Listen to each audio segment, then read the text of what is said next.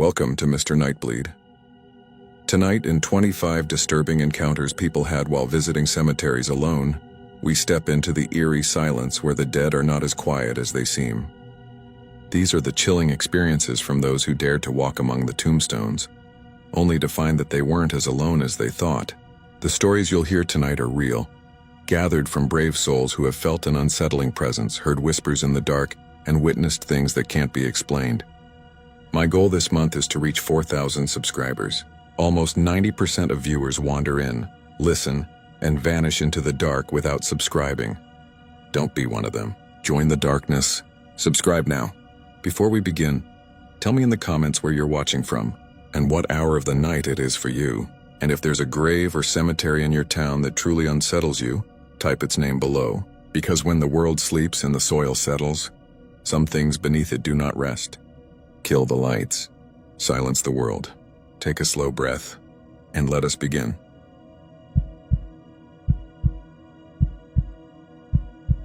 My name is Aaron and I'm from Barr, Vermont. It's a small town, one of those places where everyone knows everyone else and you can count the number of stoplights on one hand. My house is an old, creaky two-story just across the street from the cemetery. It's not like I picked it for the view or anything, it's just where I ended up. And it was cheap enough for what it is. I share the house with my partner, Rachel. She works at the local bakery and I work from home doing freelance design. Our routine's simple. I wake up early, make coffee, and work until Rachel gets home around 2 in the afternoon. We spend evenings watching TV or talking, sometimes walk down to the diner for dinner. It's quiet, the kind of quiet where you get used to the same sounds. Distant dogs barking, the wind in the trees, the occasional car driving by. The cemetery across the street doesn't bother me, or at least it didn't at first. It's old, mostly overgrown, with rows of gravestones that have seen better days. Some of them are just large rocks, others are fancy marble with names that have long since faded. It's not the kind of cemetery that gets a lot of visitors, and when there is someone, it's usually someone who lives nearby or a local family member paying respects. I'm used to it.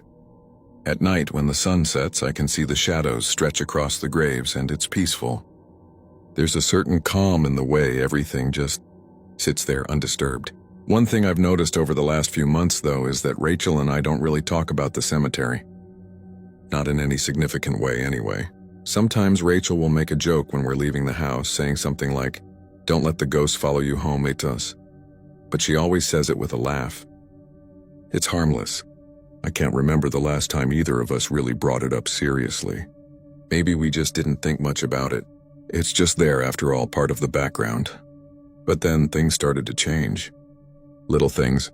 At first I thought it was just my mind playing tricks on me, but now I'm not so sure. One afternoon I came back from the store and I noticed the cemetery gate was wide open. It's usually a little loose, but it's never just wide open. The latch sticks most of the time, so it was unusual that it had been left like that. I thought maybe Rachel had been out walking or that a strong wind had blown it open, but I didn't see anyone around.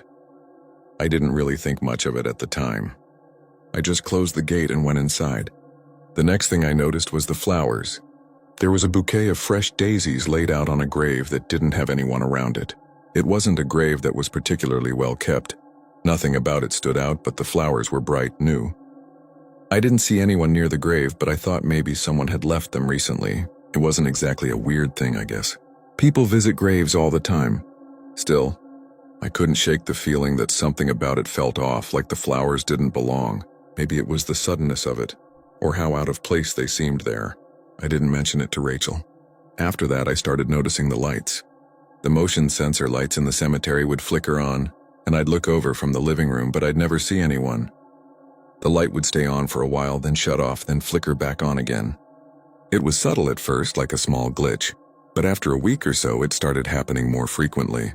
I'd walk over to the window to check, but there'd be no one there. It wasn't the wind, there was no breeze, no sign of anyone walking. It was like the lights were triggered by something invisible. I didn't mention it to Rachel, but it made me uneasy, like the cemetery was trying to get my attention. The whispering came after that.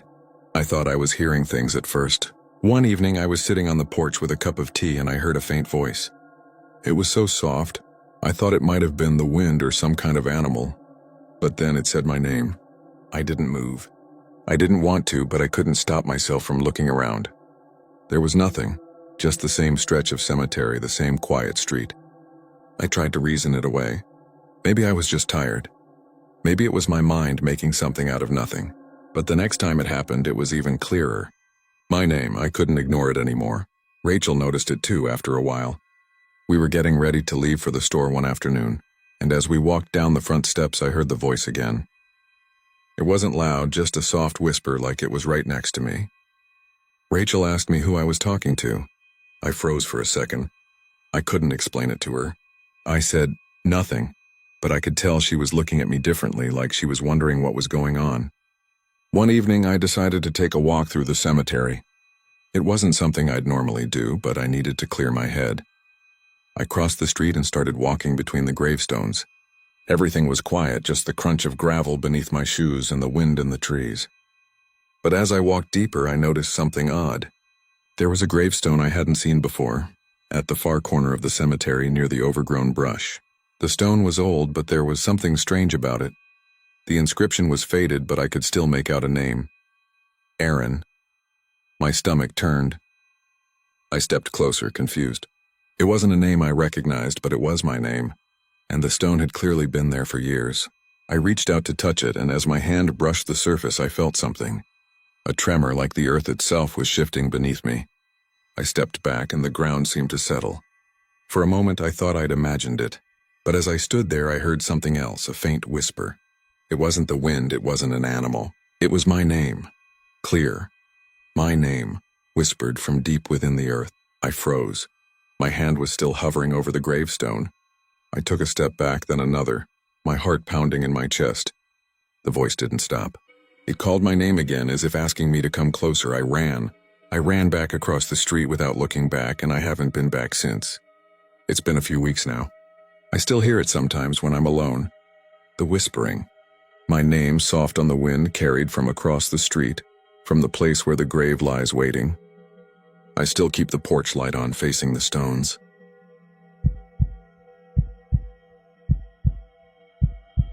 My name is Rachel, and I'm from Ashford, Pennsylvania. I've lived here for about 2 years now. Ever since I moved into this little cottage-style house with my roommate, Sarah. It's a small town, the kind where everyone knows everyone, and the streets are always quiet. Not much ever happens, which is part of the charm, I guess. There's a diner down on Main Street where we go for coffee, and a grocery store that's more about the gossip than the selection. Honestly, the biggest excitement is when the town's annual fair comes around in the summer, but I'm fine with that. I like the quiet. Our house is on the edge of town, tucked away in a little cul-de-sac, and it backs up to a cemetery. It's not a big one, just an old plot of land with a few rows of weathered gravestones, some of them sinking into the ground or partially covered in ivy. I never really thought much of it at first. It's been there for as long as I can remember, and the whole place has a kind of peaceful vibe to it, you know? The cemetery isn't huge and it's mostly empty, except for the occasional visitor or maintenance worker. The gates are always closed, but I've never once felt nervous about it. It's just there. Sarah's the one who brought it up first. She makes jokes about how we're living next door to the dead and how we should start charging rent to the ghosts or something. I usually laugh along, but I don't really believe in that stuff. I mean, I'm logical. I don't have time for superstitions. I work from home, designing websites, doing some freelance graphic work, that sort of thing. It's nice, really. The days blur together, one project to the next. Sarah works a regular 9 to 5 at the library, so she's gone most of the day, which leaves me with plenty of quiet time. I like the routine. The mornings are always the same. I get up, grab some coffee, sit at my desk, and look out the window. The cemetery's there, just a little part of the scenery, but I don't give it much thought. At night, it's the same. We have a porch light that flickers a little, especially in the winter when it gets really cold. I've noticed that sometimes, late at night, the wind picks up a little and rustles through the trees near the cemetery. It sounds nice, actually. Like a gentle hum. Sometimes I even catch myself listening for it before I go to sleep. But that's about it. There's nothing strange about it. Nothing unusual. One afternoon, I noticed that the gate to the cemetery was open. It wasn't wide open, just a little ajar, like someone had passed through and didn't bother to shut it all the way. I thought maybe one of the maintenance crew had left it that way. But when I looked out the window a few minutes later, it was shut again. I didn't think much of it at the time. The wind can do strange things to old gates, right? I didn't bother to check it out. A few days later, I was walking to the mailbox and I noticed something strange. There were fresh flowers placed on one of the graves. Now, the cemetery's not a high-traffic area, and it's not like people visit every day, so it caught me off guard. I figured maybe someone had just come by, but the flowers weren't just any flowers. They were bright, vibrant, almost too perfect for something left in an old cemetery. I glanced around but didn't see anyone. The whole place was still like it always is. I didn't think it was anything more than a coincidence, but I couldn't shake the feeling that it was a little odd. The next day I was on a call for work, and I was walking around the house trying to think. My feet crunched over the gravel outside, just absent-mindedly moving. I glanced across the yard at the cemetery. It was strange, but for a split second I felt like something was off, like there was a weight in the air. I turned around, half expecting to see someone standing there, but there was no one. Just the same stillness. No breeze, no sound. The silence felt too thick, like it was pressing against me. I didn't know why, but I was glad to get back inside.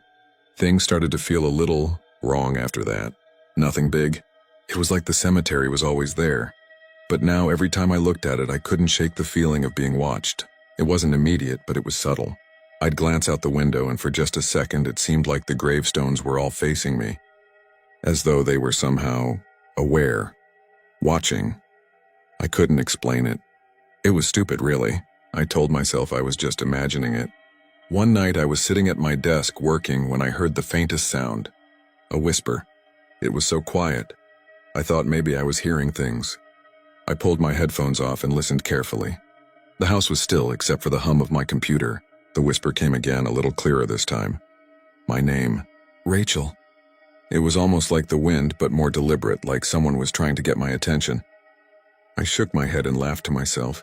It had to be the wind, right? Or maybe one of the trees creaking. I'm not one to jump to conclusions. The next morning, I asked Sarah if she'd noticed anything strange.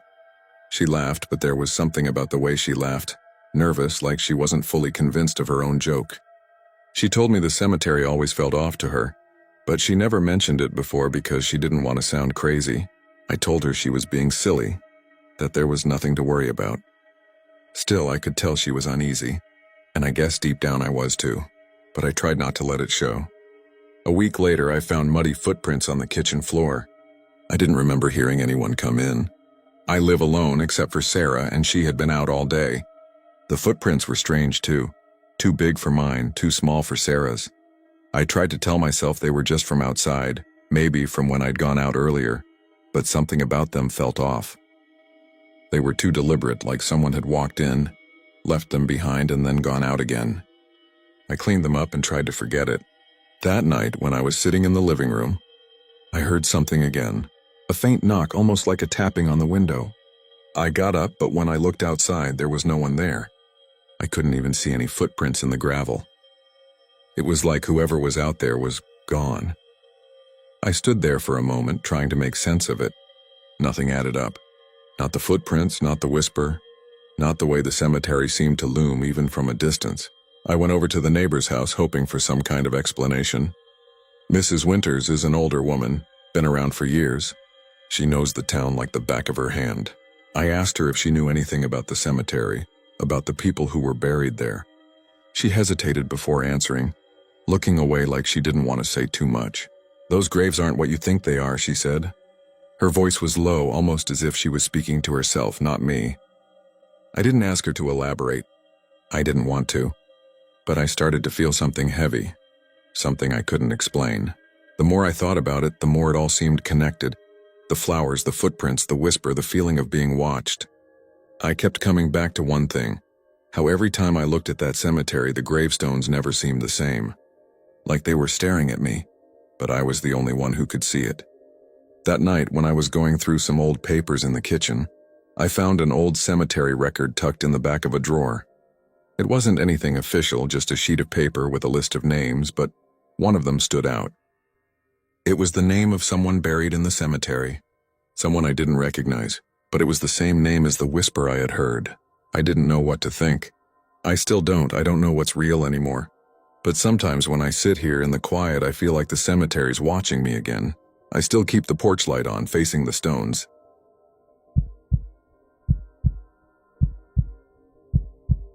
My name is Lucy, and I'm from a little town called McClelland, Ohio.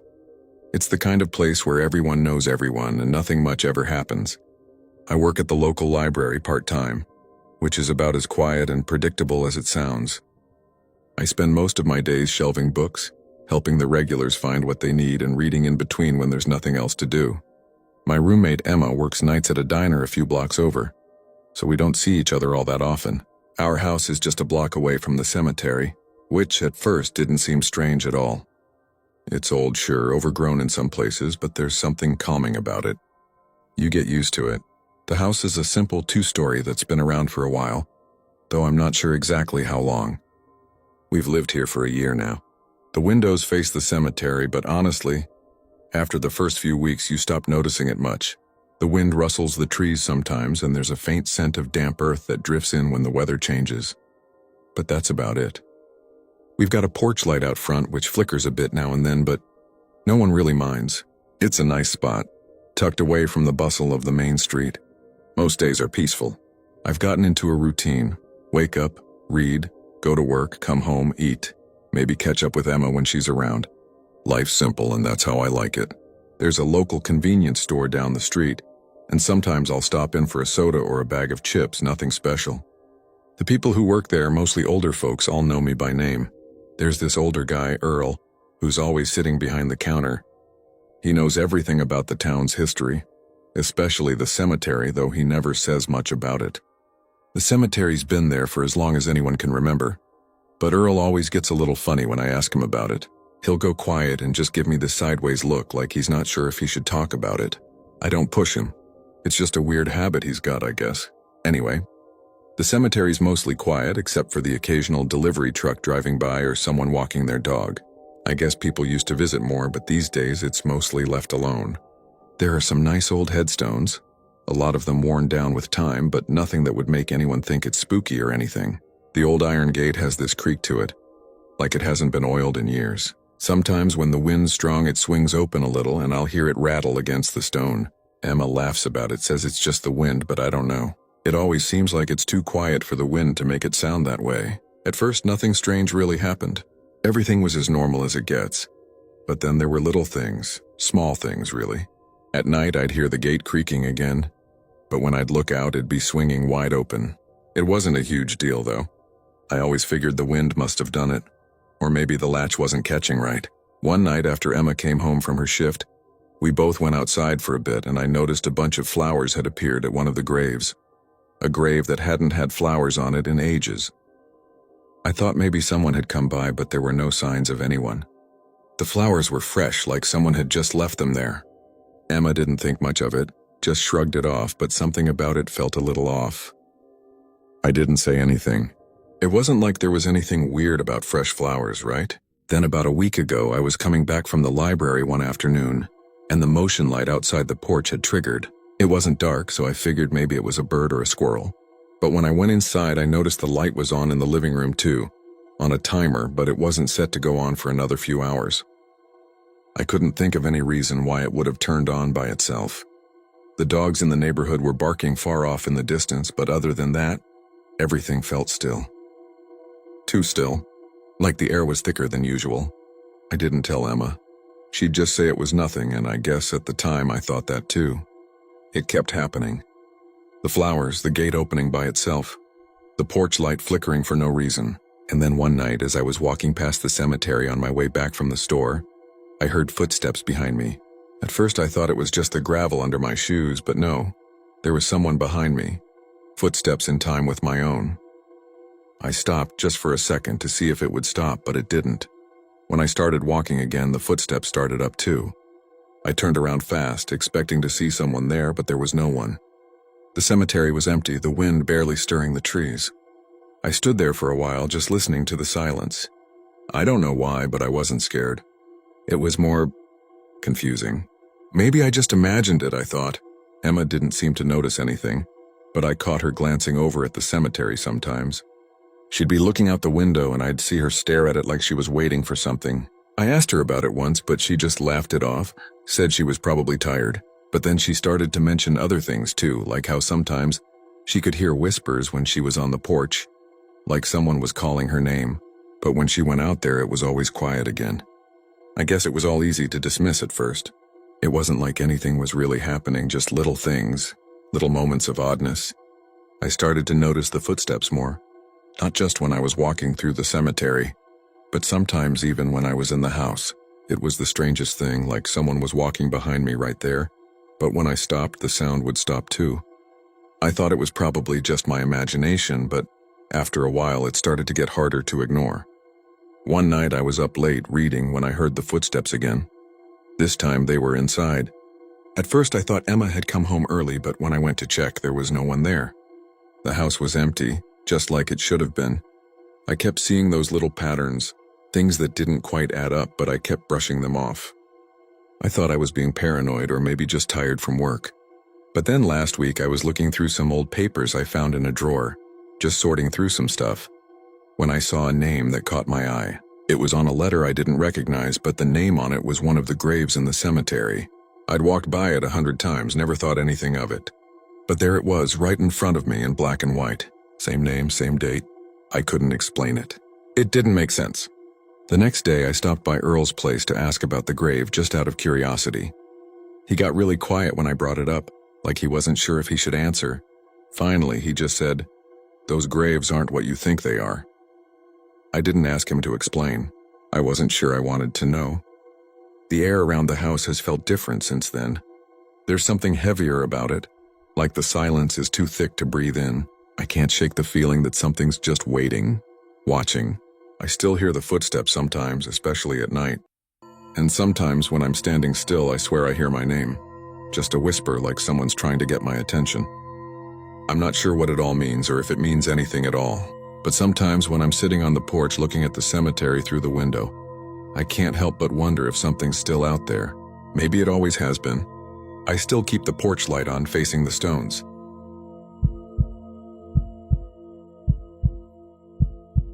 My name is Rachel and I'm from Ashford, Ohio. I've lived in this small town my whole life. It's quiet, just like most small towns, and people tend to know each other. The kind of place where you wave to everyone on the street even if you don't know them. I live in a little house on the edge of town, right across from the cemetery. It's an old one, overgrown in spots, stones tilted at odd angles. It's not a huge place, but it has a certain charm. It's quiet there, and I guess the cemetery's just part of the landscape now. My roommate Jason jokes about it sometimes, but he's never too serious about it. He's not bothered by it the way some people would be. Maybe that's why we get along so well. He's got that easygoing attitude. He works at the local auto shop, mostly fixing trucks.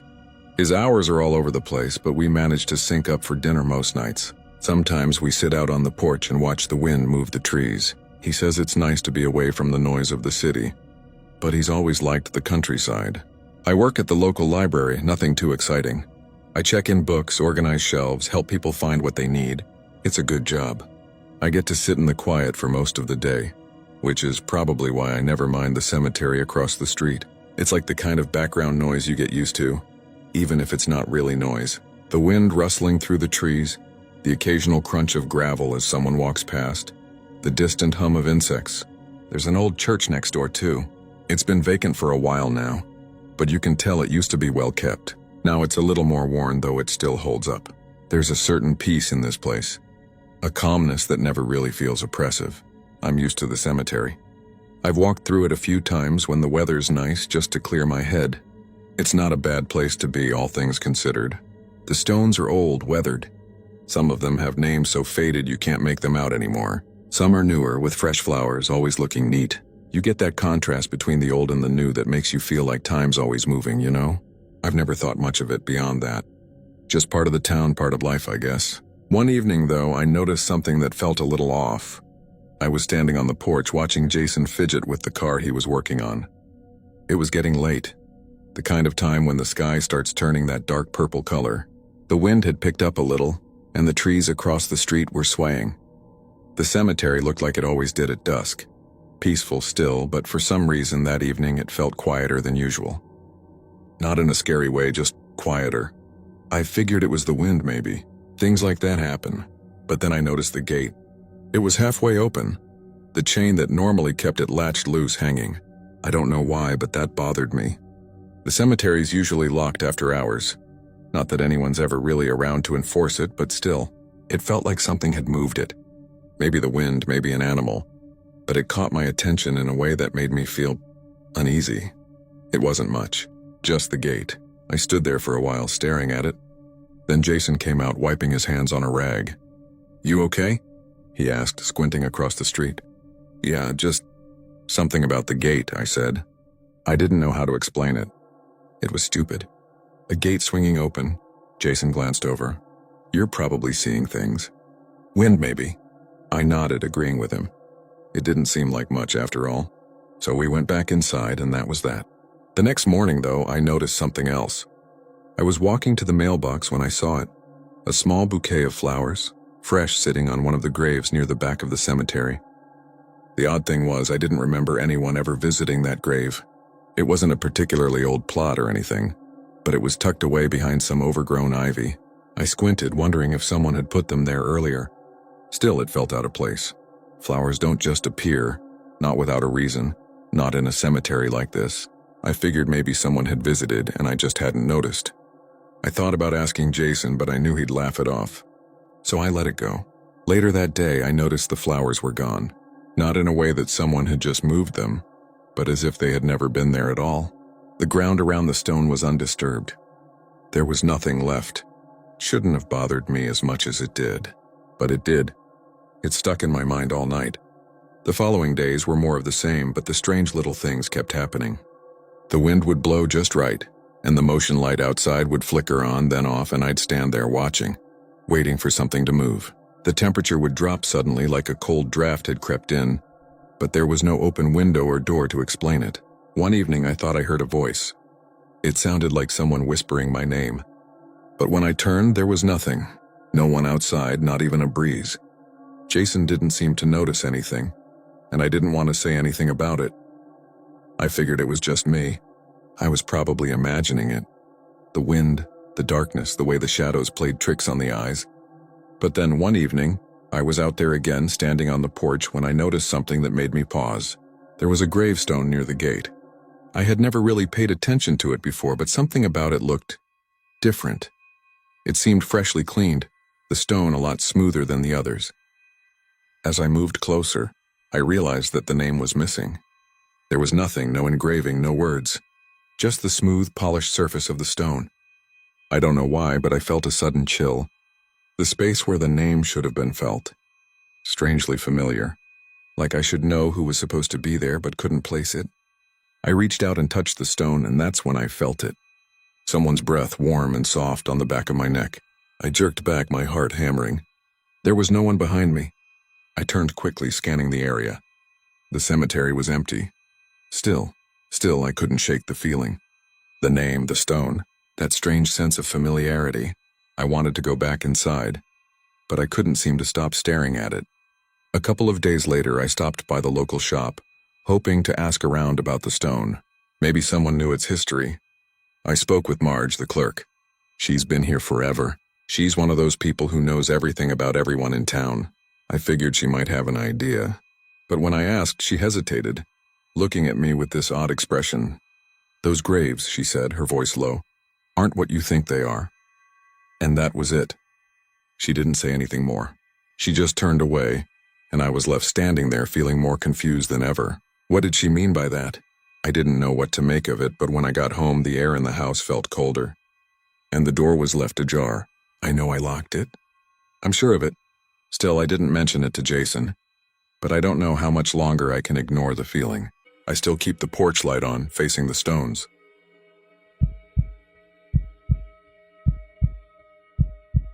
My name is David, and I'm from Springfield, Ohio.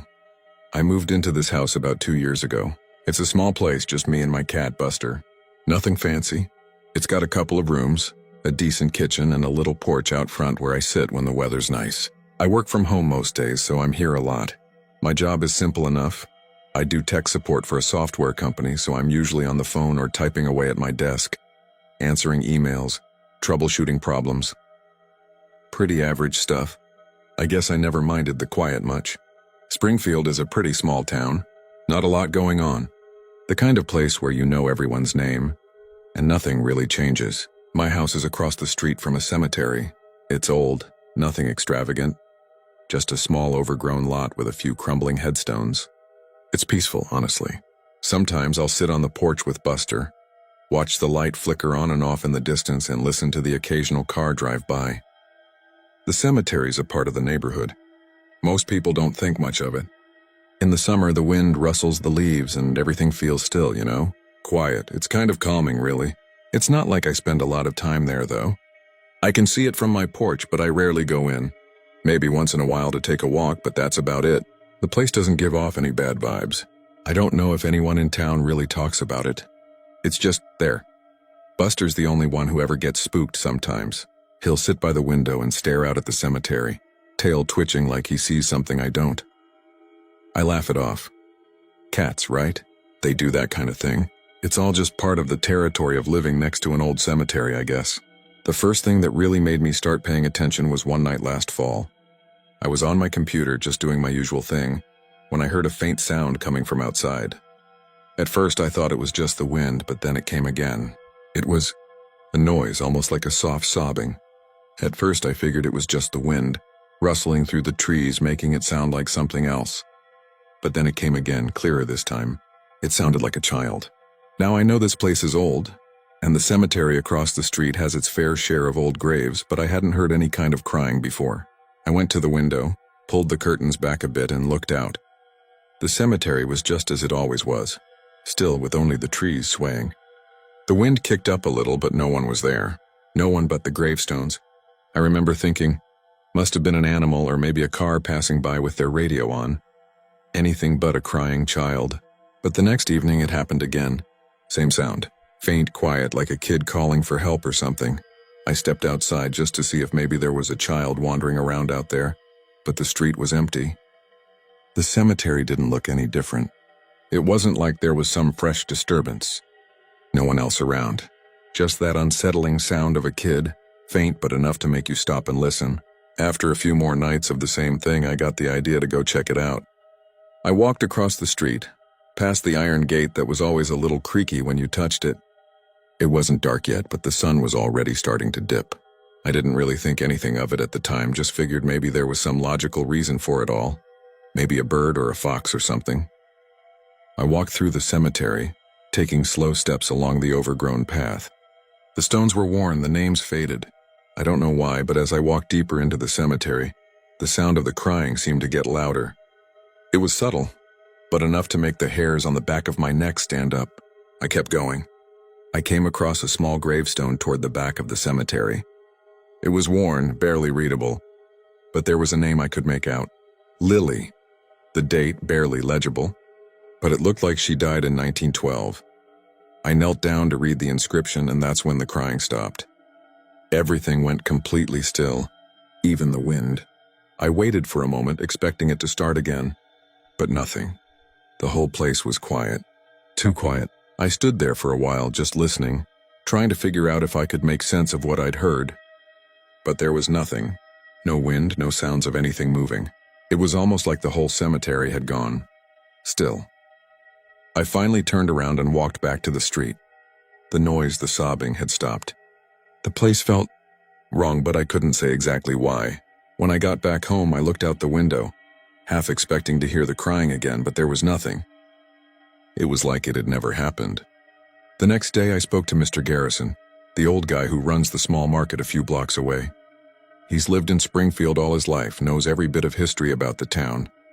I asked him if he knew anything about the cemetery, about any kids who might have died there or anything unusual.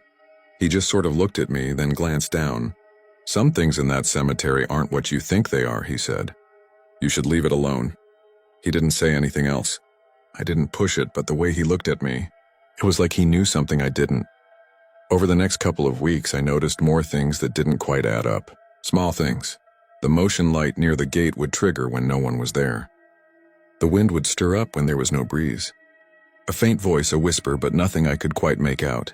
I started to feel like I was being watched. I'm not really the type to get spooked easily, but it was different. One evening I came back from the store and found muddy footprints leading from the cemetery to my front door. I don't know how they got there.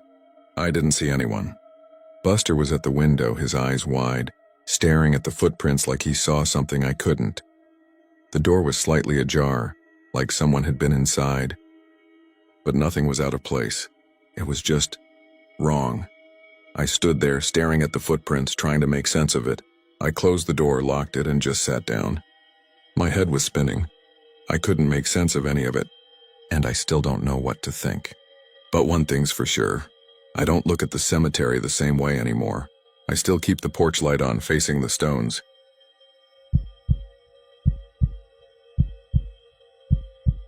My name is Grace, and I'm from Maplewood, Ohio. I've lived here my whole life. The town's small, but it's the kind of place you don't really mind. Everyone knows everyone, and the houses have that old charm to them. Creaky floors, shutters that need painting, things like that. My house sits right across from the cemetery. It's one of those old, overgrown places. Most of the graves are from the 1800s, so it's quiet, peaceful. You get used to it after a while. The sound of the wind rustling the trees, the faint creak of the iron gates, all that. It's just background noise. I live with my brother Andy. We're not exactly close, but we get along. We both work from home now, which has its perks. No commute, no office politics. Just the two of us, a couple of cats, and the occasional delivery that interrupts the silence. Our routine's simple. I wake up early, make coffee, check the news. Andy usually rolls out of bed around noon, makes himself some lunch, and spends the rest of the day tinkering with whatever hobby he's into that week. Lately, he's been obsessed with old tools and fixing things up. He likes poking around the cemetery too, though I don't know why. Something about it fascinates him, I guess. The cemetery itself doesn't bother me. I've lived across from it my whole life. The gravestones are a little weathered. Some are tipped over, and the whole place has a certain kind of wildness to it. Like it's been forgotten, but it's not unsettling. Just a place to remember the past, I suppose. You see the occasional person walking through, sometimes a relative visiting, sometimes just someone who wants some quiet. It's one of those spots where the town doesn't really notice it's there, until you're walking past and the wind's blowing just right, and you feel the chill. There's a corner of the cemetery where the old gate is. It's this big iron thing, rusted and heavy. I'm pretty sure it's been there for as long as the cemetery itself. The gate is locked most of the time, but now and then I see it open. Maybe the wind, or maybe someone else comes through and forgets to lock it behind them. Either way, it's never been anything to worry about. One evening around dusk, I decided to go for a walk. I've been cooped up inside all day, and the air outside felt good. Andy was in the middle of some weird tool repair project in the garage, so I slipped out quietly just to clear my head. I crossed the street, walked through the old cemetery gates, and made my way down the gravel path. The sun was setting, and the shadows were long, stretching across the old stones. It's always quiet there, but tonight was different. It was almost too quiet. No birds, no insects, nothing. Just the soft sound of my feet crunching on the gravel, and the occasional gust of wind rustling through the trees. I walked past the graves, read a few of the names that were familiar, even though I didn't know the people. Everyone in town seems to have someone buried here. It's just part of the landscape. But as I reached the far end of the cemetery, something caught my eye. The gate, the one that's always locked, it was wide open. Now I've walked past that gate 100 times. It's been locked since I can remember. I never really paid much attention to it, but that night it seemed odd. I stopped in my tracks and just stared at it. There was no reason for it to be open. I'd walked by only a couple hours earlier, and it had been securely shut. I figured maybe someone else had been here and for whatever reason had left it open. I mean, it's not the first time I've seen it that way. Sometimes when the wind picks up, things move around. I shrugged it off. But still, I couldn't shake the feeling that it wasn't right. I wasn't scared, but I felt uneasy. It was just a gate. It was just the wind. I turned back around and started walking toward the gate, figuring I'd close it on my way out. But when I reached it, I noticed something strange. The lock was fastened again. I tried not to think too much about it. Maybe it just closed behind me, but I could have sworn it had been open before. I reached for the lock, and that's when I realized the key was missing. There was no key.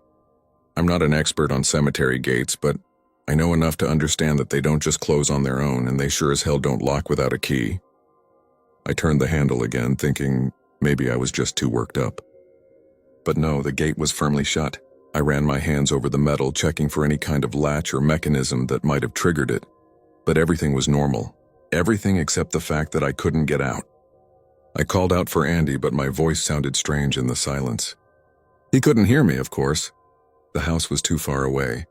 I walked back and forth along the inside of the gate, looking for a way to squeeze through or find a gap, but nothing. It was locked. I tried the gate again and again. Nothing worked. I started to panic a little. How could it be locked? There's no way I could have just missed it. I checked the ground around the gate. No key, no sign of anything unusual. Just the same rusted metal and the crumbling stone walls. I called Andy again, and this time I thought I heard something from the other side of the gate. A faint scratching noise like someone was trying to get in. I froze. My skin tingled like someone had brushed their hand across my back. I didn't want to look behind me, but I did. Nothing. Just the cemetery. But then I heard it again, a faint whisper. It wasn't from the gate. It was behind me, coming from somewhere in the cemetery. I couldn't make out the words, but I felt it. The air felt colder all of a sudden. I spun around, but there was nothing. Just the same old gravestones in the deepening dark. I turned back to the gate, my heart pounding. My fingers were trembling as I ran them over the lock again. I looked down, and that's when I saw it. A single fresh flower. It was lying at the base of a headstone, one I didn't recognize. I'd walked past this grave many times, and there had never been flowers there. I don't know why that bothered me so much, but it did. I backed away from the gate slowly, almost like I was afraid to turn my back to it. The whisper came again, louder this time, clearer. Grace. I didn't look. I ran. I sprinted back down the gravel path, my feet thumping against the stones. I finally reached the street and looked back. The cemetery was still there. The gate was closed, locked as it always had been. But as I caught my breath, I realized something. I still hadn't found the key. I haven't gone back there since. I still keep the porch light on, facing the stones.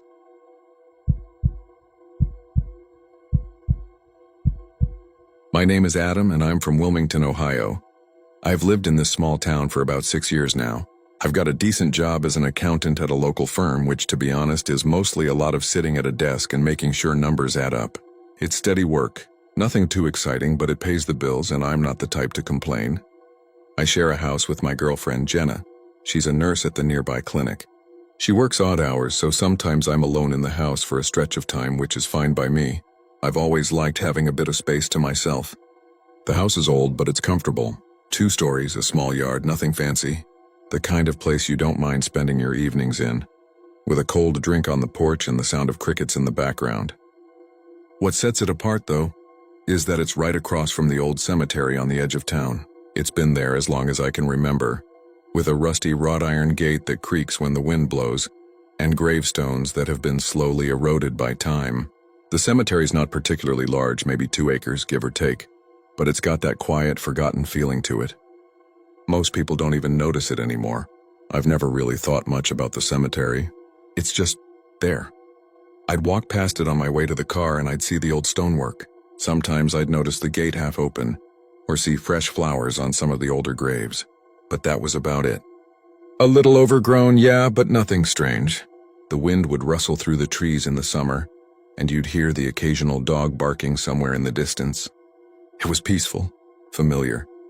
Jenna's never been that fond of the cemetery. She's not the superstitious type, but she jokes about it every now and then. I hope that place isn't cursed, she'd say when we're walking back from the store. It'd be just our luck, huh? Living across from a graveyard.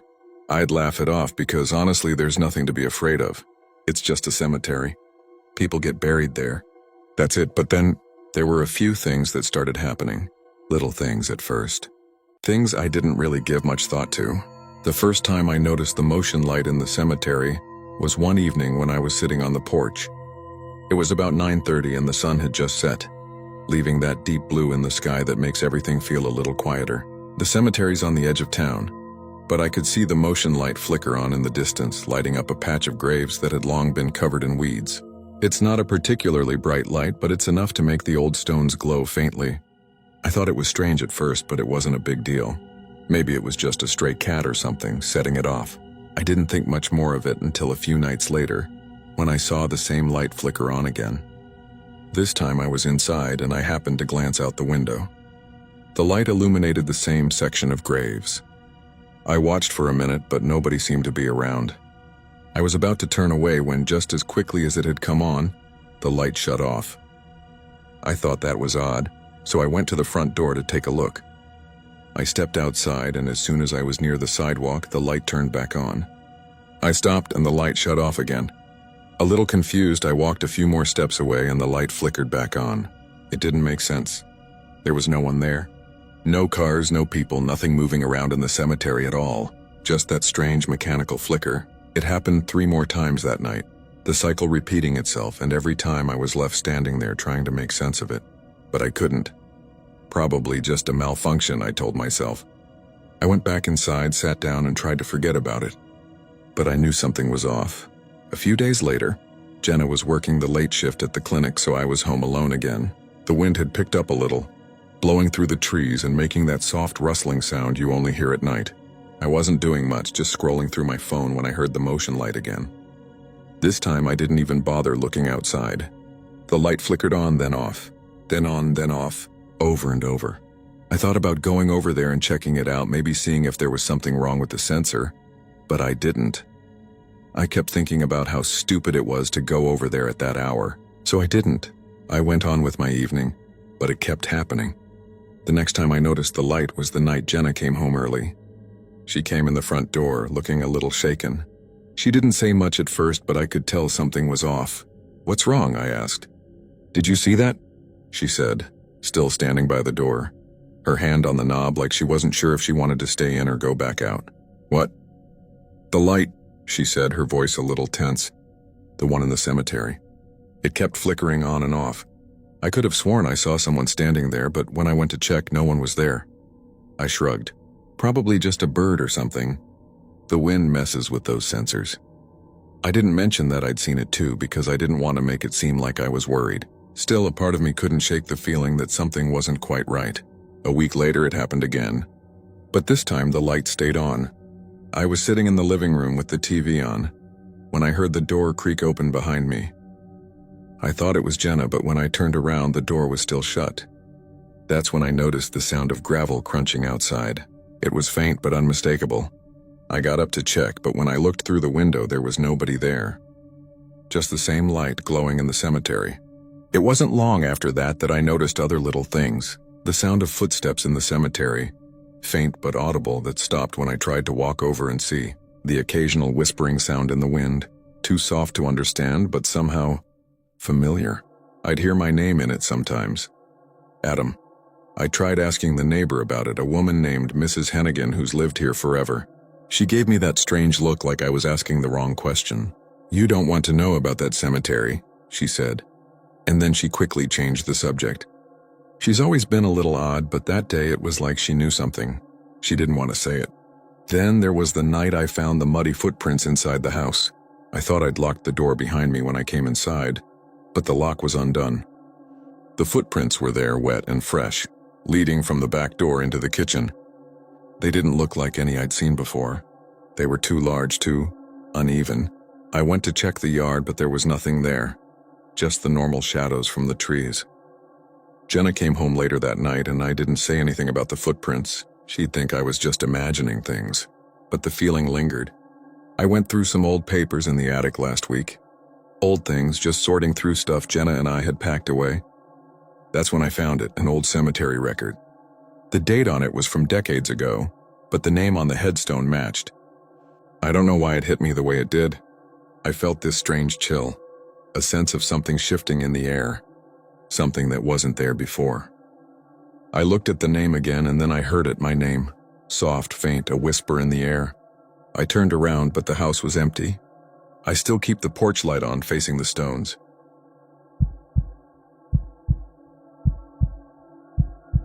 My name is Aaron, and I'm from Bar, Vermont. I've lived in this little town my whole life. It's one of those places where everybody knows everybody and nothing much changes. The kind of town where you go to the same diner every Sunday for breakfast, and the waitress knows your order before you even sit down. I work at the library. Nothing too exciting, just checking books in and out, keeping the shelves organized, that sort of thing. I like it fine, though. Quiet work, good people. It's routine, and I'm used to it. I live in a small house across from the cemetery. It's an old house, a little crooked in places, but it's mine.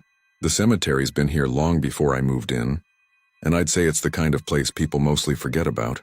It's small, not more than a couple of acres. Some of the graves are well kept, Others are barely visible through the overgrowth, but it doesn't bother me.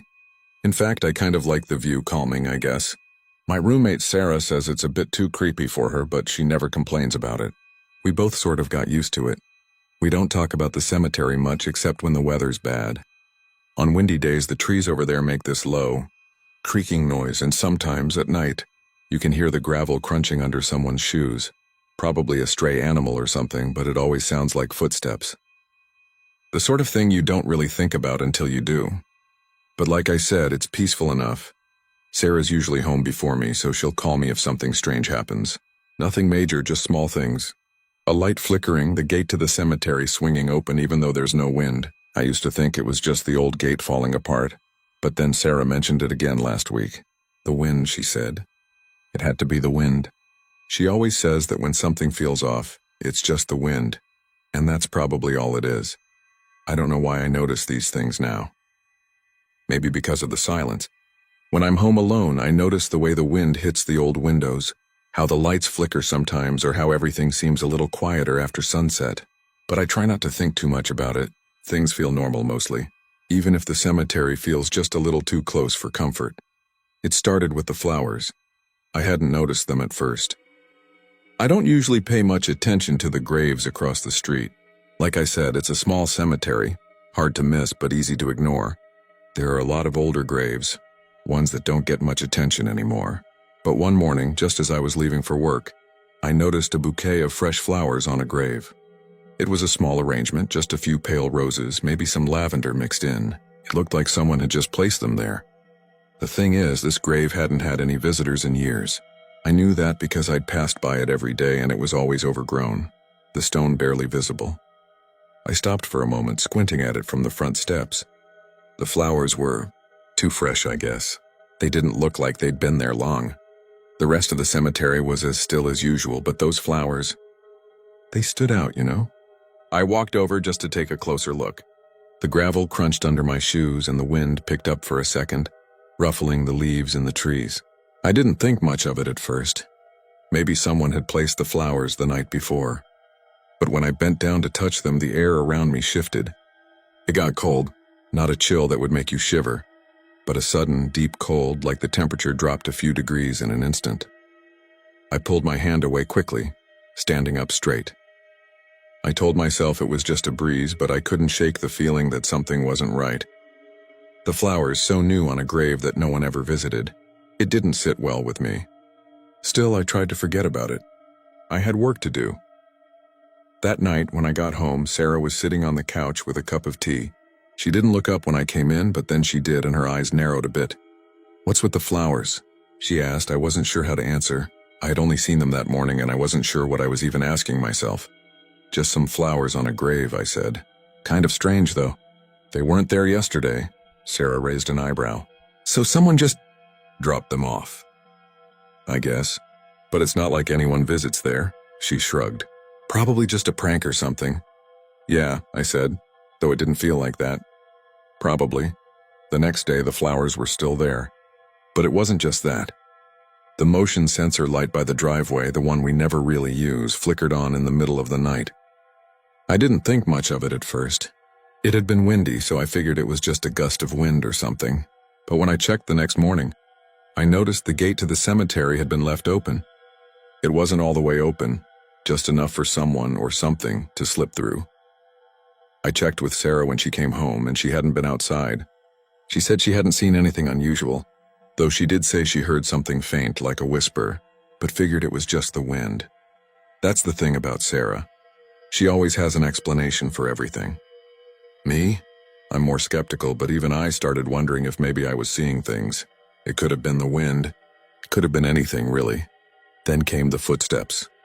I'm not sure how it started, but I know I started hearing them. At first I thought it was just my mind playing tricks on me, because I'd hear them in the middle of the night, light tapping against the gravel, almost like someone walking in the cemetery. But when I went out to check, there was no one. The gate was closed again. I was starting to wonder if Sarah was right, if I was just imagining things. It was so easy to believe that. Until one afternoon when I came home from work, I found muddy footprints inside the house. I don't know where they came from. I'd left the door locked when I left and Sarah hadn't been home yet. She would have mentioned if she'd gone out. I followed the prints through the living room and into the kitchen, where they stopped in front of the back door. The door had been left ajar. Not wide open, just a crack, enough for someone to slip through without making a sound. I asked Sarah when she came home if she'd left the door open, but she didn't know anything about it. She looked at me puzzled, but then she just shrugged and went on about her evening. I didn't press it. I don't know why I went back to the cemetery. Maybe I was looking for answers, maybe I just wanted to prove myself wrong. I stood there in front of the same grave with the flowers, staring at the stone. The name on the gravestone was familiar. I didn't realize it at first, but then it hit me. It was the same name as the one on the papers in my desk at work. A person from a record I had filed just a few weeks ago. The coincidence sent a shiver through me. When I asked the neighbor, Mrs. Gibbons, about the grave, she got quiet. Too quiet. She said something about how not all graves are what they seem, but she wouldn't go into detail. She said I shouldn't be concerned, but her voice trembled. And that was the moment I realized I wasn't imagining it. Whatever was in that cemetery, it was closer than I thought. I still don't know what happened. I still don't understand it. But I keep the porch light on now, facing the stones.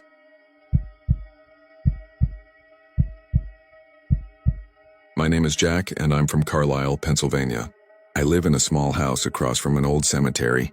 It's a quiet place. One of those towns where everyone knows everyone, or at least everyone knows your face even if they don't know your name. The cemetery's been there forever, at least as long as I can remember. It's small, tucked away behind a wrought iron fence that looks like it could fall apart if someone looked at it too hard. There's a handful of headstones, most of them so old that the names are worn away. Some of the graves are overgrown with ivy or wildflowers, and it's usually pretty peaceful, except for the occasional rustling of trees or the chirping of birds in the morning. I live there with my girlfriend, Sarah. She's a teacher at the local middle school, and I work from home most days as a freelance graphic designer. My schedule's pretty simple, really. I wake up, make coffee, work for a few hours, take a break, and then get back to it. Sarah leaves for school in the morning, and we usually meet up for dinner in the evenings. Nothing fancy. We both like the quiet. There's not a lot to do around here, but that's fine by us. We're both used to it. The cemetery doesn't bother either of us. It's just part of the scenery at this point. The house is old too. It's been around since before the town really started to grow. So it has that old wood smell mixed with the faint scent of dust and the occasional mustiness from the basement. The windows creak when you open them, and the floors squeak in certain spots. I suppose it's charming in a way. It's a two-story, and we spend most of our time on the first floor where the kitchen and living room are. The front porch faces the cemetery, so we sit out there sometimes in the evenings, watching the sun go down behind the rows of headstones. It's calming. I remember when we first moved in, I asked the local clerk at the grocery store about the cemetery. She seemed a little too quick to change the subject, but she mentioned that it had been around since the early 1800s. There were rumors, she said, about some of the graves. But she didn't elaborate, and I didn't push. It didn't seem like anything worth worrying about. People around here, they're superstitious, sure, but that's nothing new. I didn't think much of it. For the first few months, nothing strange really happened. We'd get the occasional gust of wind that made the gate swing open, or the light on the porch would flicker, but it was nothing that couldn't be explained. The cemetery wasn't exactly new to me. I'd passed it hundreds of times before we moved in. Sarah used to joke about how quiet it was, how creepy it looked when the fog rolled in, but there wasn't any real fear behind her words. Just the kind of humor people get when they live somewhere long enough to start making light of things. Things started changing a few weeks ago, though. It was small at first, like when I came home one afternoon and noticed the gate to the cemetery was wide open, even though I could have sworn it had been closed when I walked by earlier. I didn't think too much of it at the time. Maybe it was just the wind. It happens, right? The gate's old and the hinges aren't what they used to be. Still, I made a mental note of it. Then one day, I saw fresh flowers on one of the graves. The kind you'd buy at the store, not the kind you'd expect to see on an old headstone in a place like that. I don't know why it caught my attention, but it did. It was one of those little details that didn't quite add up. I didn't mention it to Sarah, but I thought about it a lot over the next couple of days. There were other things too. The motion sensor light on the porch started going off more often. Sometimes at night it would flicker on, even though no one was outside. I'd think maybe it was an animal or the wind, but it was starting to happen more and more. One evening, when Sarah was working late, I was sitting on the porch and heard something. A whisper. It was so faint that at first I thought it was the wind, but then I heard it again, a voice. Soft, like it was coming from inside the cemetery, but it was too faint to make out the words. And when I turned around to check, there was nothing there. I don't like to admit it, but after that I started to feel uneasy. Every time I walked past the cemetery, I'd feel something brush against my arm. Like fingers just barely there, but enough to make me pause and look around. I always told myself it was the wind or my imagination. There wasn't anyone near me, and nothing ever seemed out of place. But the feeling didn't go away. Sarah noticed it too. One evening, as we were sitting on the porch, she mentioned that the cemetery seemed different lately. It's just a cemetery, I told her, but she was insistent. I don't know. There's something about it like it's watching us, she said, half joking, half serious. I didn't know how to respond to that, so I just shrugged it off. But I couldn't shake the thought that maybe she was on to something. The real thing that started to bother me happened last Thursday. I was walking home from the store, taking the usual path that passed by the cemetery. It was late afternoon, just as the sun was starting to dip behind the trees. I had my hands in my pockets, minding my own business, when I passed the crypt near the back of the cemetery. I don't know why, but as I walked past it, I felt something cold brush against my arm. It wasn't a gust of wind or the brush of leaves. No, it was a real physical sensation. My skin went cold like I'd just stepped into a freezer. I stopped in my tracks and looked around. There was no one near me. The cemetery was empty, just like it always was. But the feeling didn't go away. Then I heard it. Soft whispers coming from the crypt. It sounded like my name. Just barely audible, but there, as clear as day. I didn't move, just stood frozen for a moment, my heart racing. The wind was still. The trees were quiet. There was no reason for those sounds to be there. But they were. I don't know why I didn't turn around. Maybe I was too scared to. Instead, I hurried home, telling myself it was just my mind playing tricks on me. But the whispers lingered, echoing in my head for the rest of the night. And that's when it hit me. The cemetery wasn't just a part of the landscape anymore. It was alive. Or something was. Something I couldn't explain. The next day, I went to the local clerk again. The same woman I'd talked to before. She was behind the counter like usual. But when I asked her about the history of the cemetery, she looked at me differently. She didn't give me the same casual response she had the first time. This time, she hesitated. "Those graves, they aren't what you think they are," she said quietly, avoiding my eyes. I didn't press her for more, but her words stuck with me. When I got home, I started looking through the old records the town kept. It was then that I saw it. A name in the records, a name I recognized from the grave across the street. My own name. I don't know how it's possible. I don't know what's going on. But I do know this: every night the whispers get louder. And I swear sometimes when I'm sitting in the living room, I hear footsteps in the hall like someone's walking around upstairs. But when I check, no one's there. I keep telling myself that it's nothing. But I'm not so sure anymore. I still keep the porch light on facing the stones.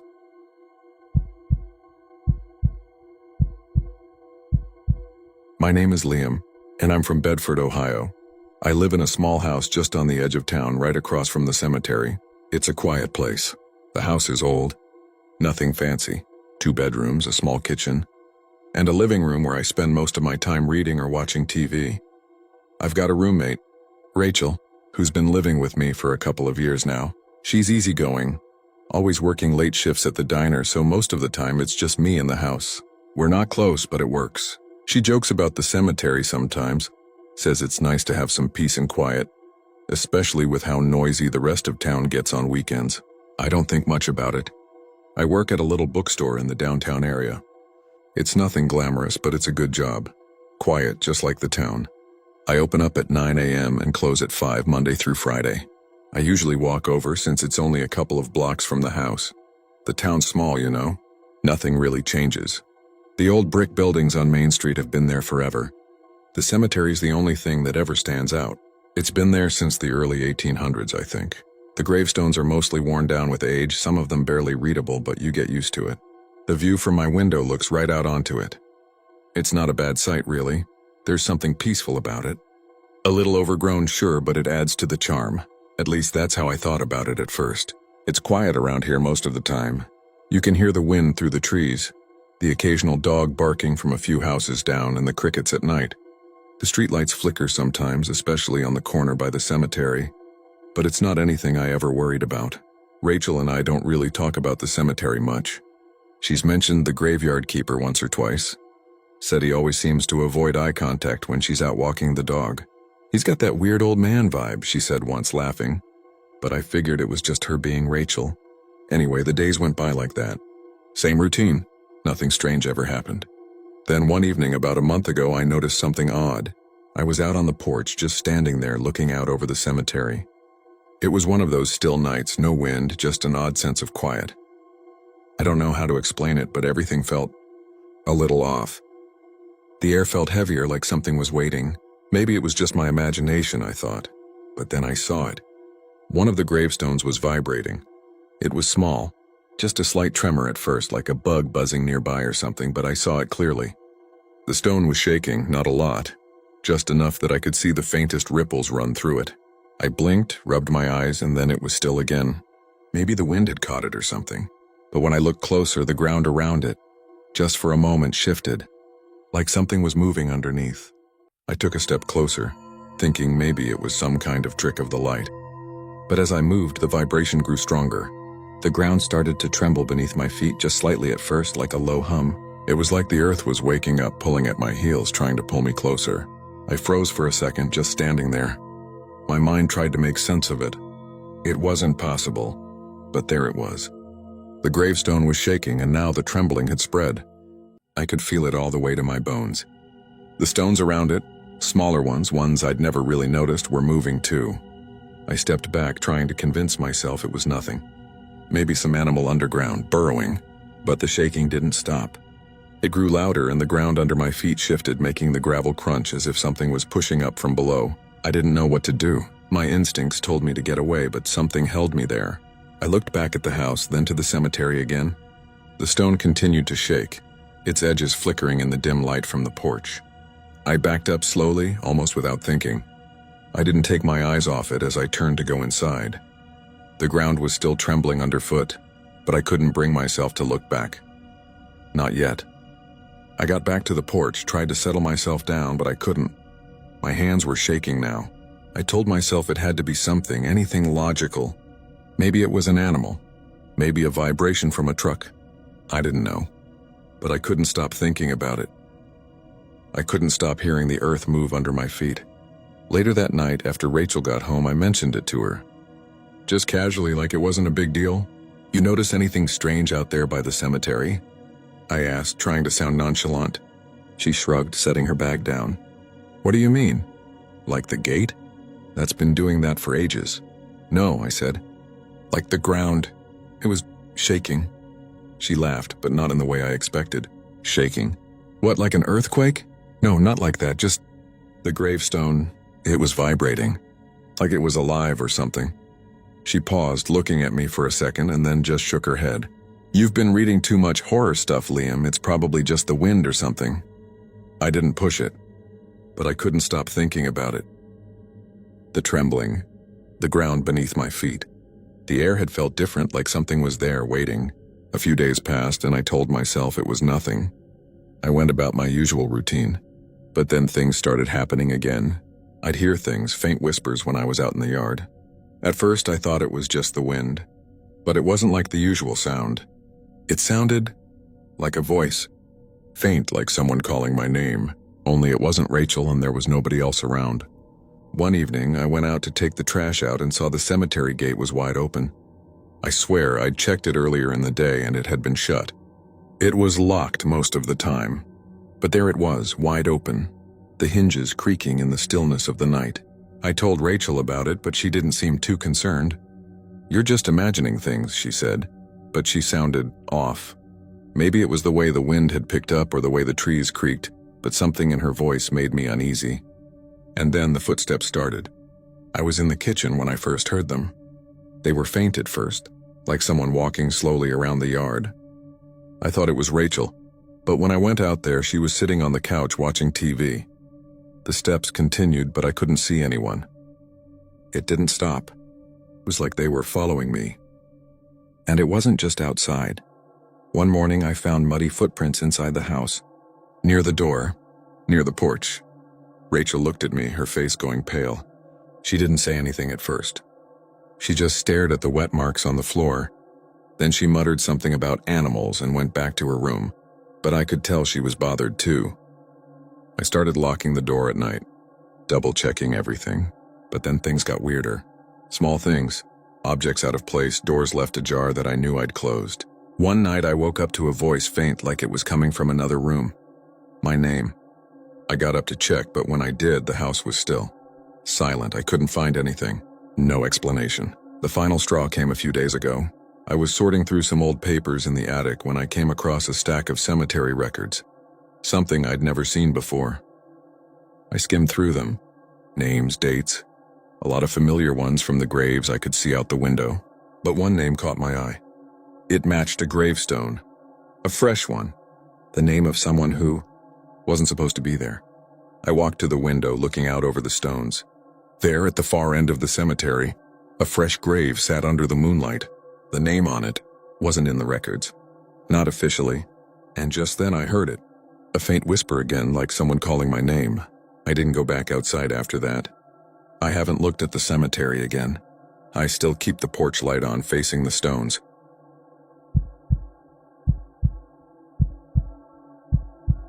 My name is Ben, and I'm from Whitford, Pennsylvania.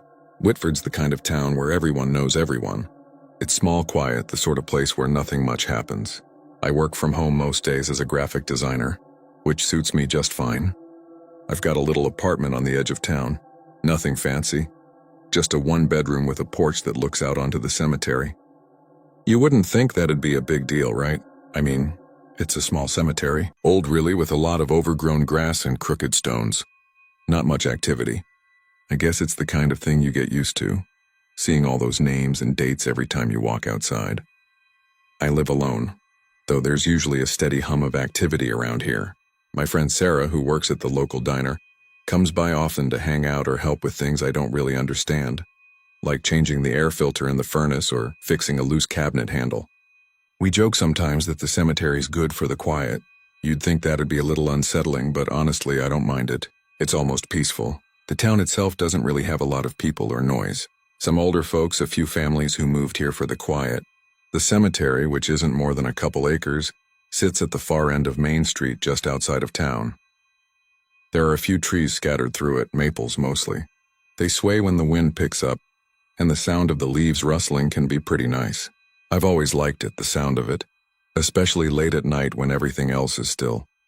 I guess you could say I've gotten used to it. Everything seemed normal for the first few weeks. It was a typical little town, right? Until something started to change. Nothing big, just little things at first. One evening, I came home late after grabbing a burger with Sarah. I was tired, not really paying attention. I noticed the front gate of the cemetery was open. I figured maybe it had just been the wind, you know? The kind of breeze that pushes on old metal gates. But when I checked the next morning, it was still open. Not wide, but enough that I could tell. I shrugged it off. I didn't think much of it. The cemetery's old. Maybe the hinges are just loose.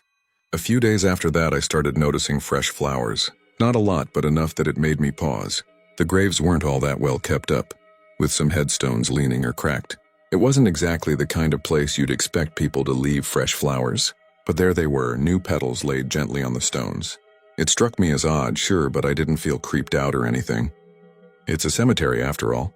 Then the motion light near my porch came on one night. At first I thought it was a deer or maybe a raccoon that triggered it, but when I looked out the window I didn't see anything, just the cemetery dark and still. I figured it must have been a trick of the wind again, but I couldn't shake the feeling that I wasn't alone out there.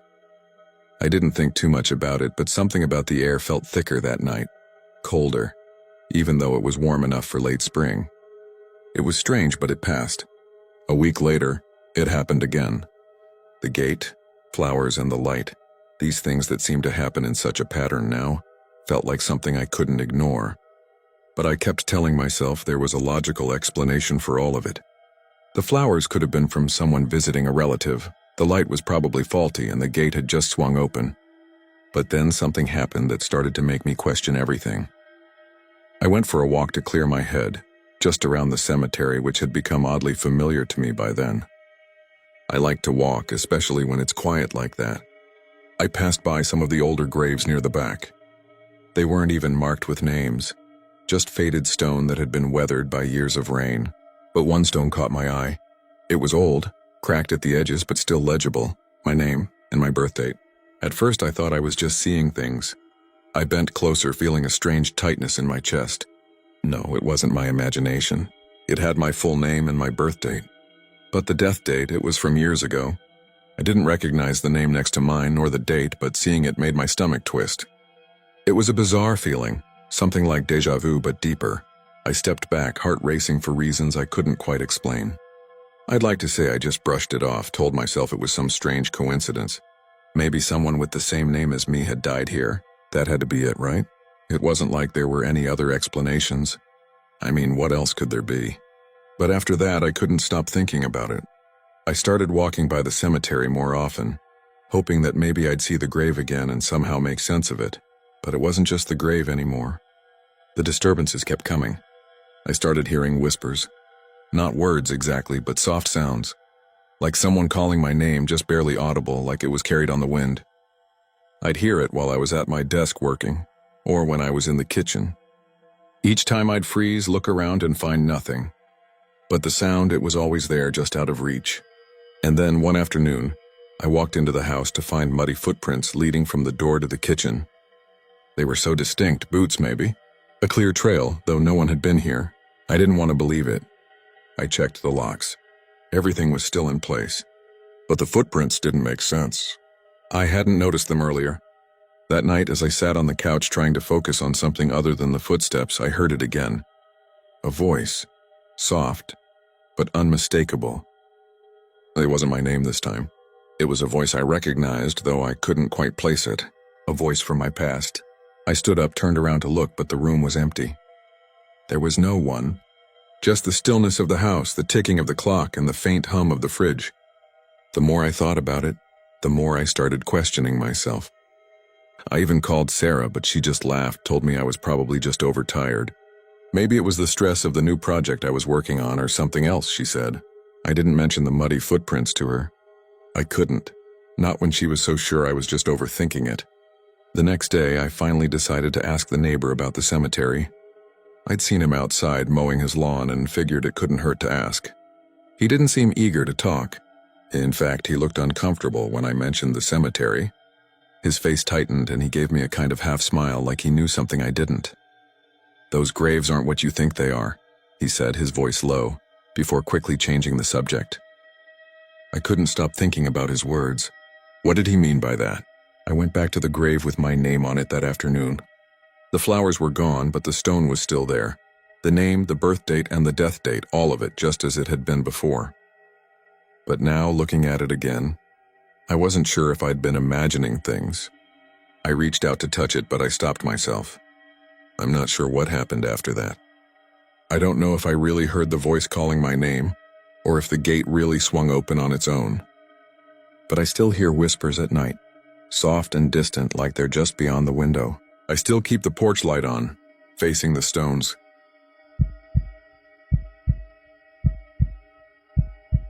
My name is Sarah, and I'm from Cedar Grove, Ohio. I live in a small old house with my younger brother, Jack. We moved here about 2 years ago, after our parents passed. It was a rough time, and this house was the closest thing we had to somewhere familiar. It's a quiet place. Not a lot of people pass through Cedar Grove, and most of the ones who do are just passing by. Our house is one of the older ones on the block. The kind with creaky floors and a sagging porch that you can't help but fix up when you've got nothing else to do. Our yard backs up against the cemetery. It's not a huge one, just a couple of acres, but it's old. Really old. The kind where the stones are cracked, and some of the names are worn away. But it's peaceful. There's a sort of stillness to it. I don't mind it. In fact, I'm used to it by now. We've got a small patch of woods beyond the cemetery, and I can hear the wind rustling through the trees in the afternoons. Most days it's quiet. You might hear the occasional dog barking or see someone walking by, but that's about it. Jack and I have our routine. I work at the small bookstore in town, and Jack does freelance graphic design. His schedule is all over the place, but I've gotten used to him being up late. clicking away at his computer. We don't talk much about the cemetery, but it's always there. Sometimes when I look out the window, I can see the sun setting behind the old gravestones, casting long shadows. It's almost comforting in a way. Just part of life here, I guess. One night after work, I was sitting on the porch watching the sun go down. It was one of those evenings where the air's still, the kind that feels like everything's about to quiet down for the night. Jack was inside, his computer humming softly. I didn't think much of it when I saw someone standing near the old tree by the back fence. It's a part of the cemetery that's farther off, so it's easy to miss if you're not paying attention. But this person was standing still, facing one of the older graves, just standing there. I figured it was just someone visiting a loved one, or maybe someone walking through. I didn't think much of it, really. I waved, just out of habit, because it's a small town, and you wave at people when you see them. But the person didn't wave back. Instead, they just disappeared, right in front of me. 1 second they were there, and the next, nothing. I blinked and looked again, and all I saw was the tree and the grave. No figure, no movement, nothing. I figured it was probably the fading light playing tricks on me. It happens, right? The shadows get long and you start to see things. I stood up, rubbed my eyes, and went inside. I told Jack, but he just shrugged. Maybe someone was walking by, he said, not looking up from his screen. But that's the thing about small towns. People don't walk through cemeteries at dusk, not unless they have a reason.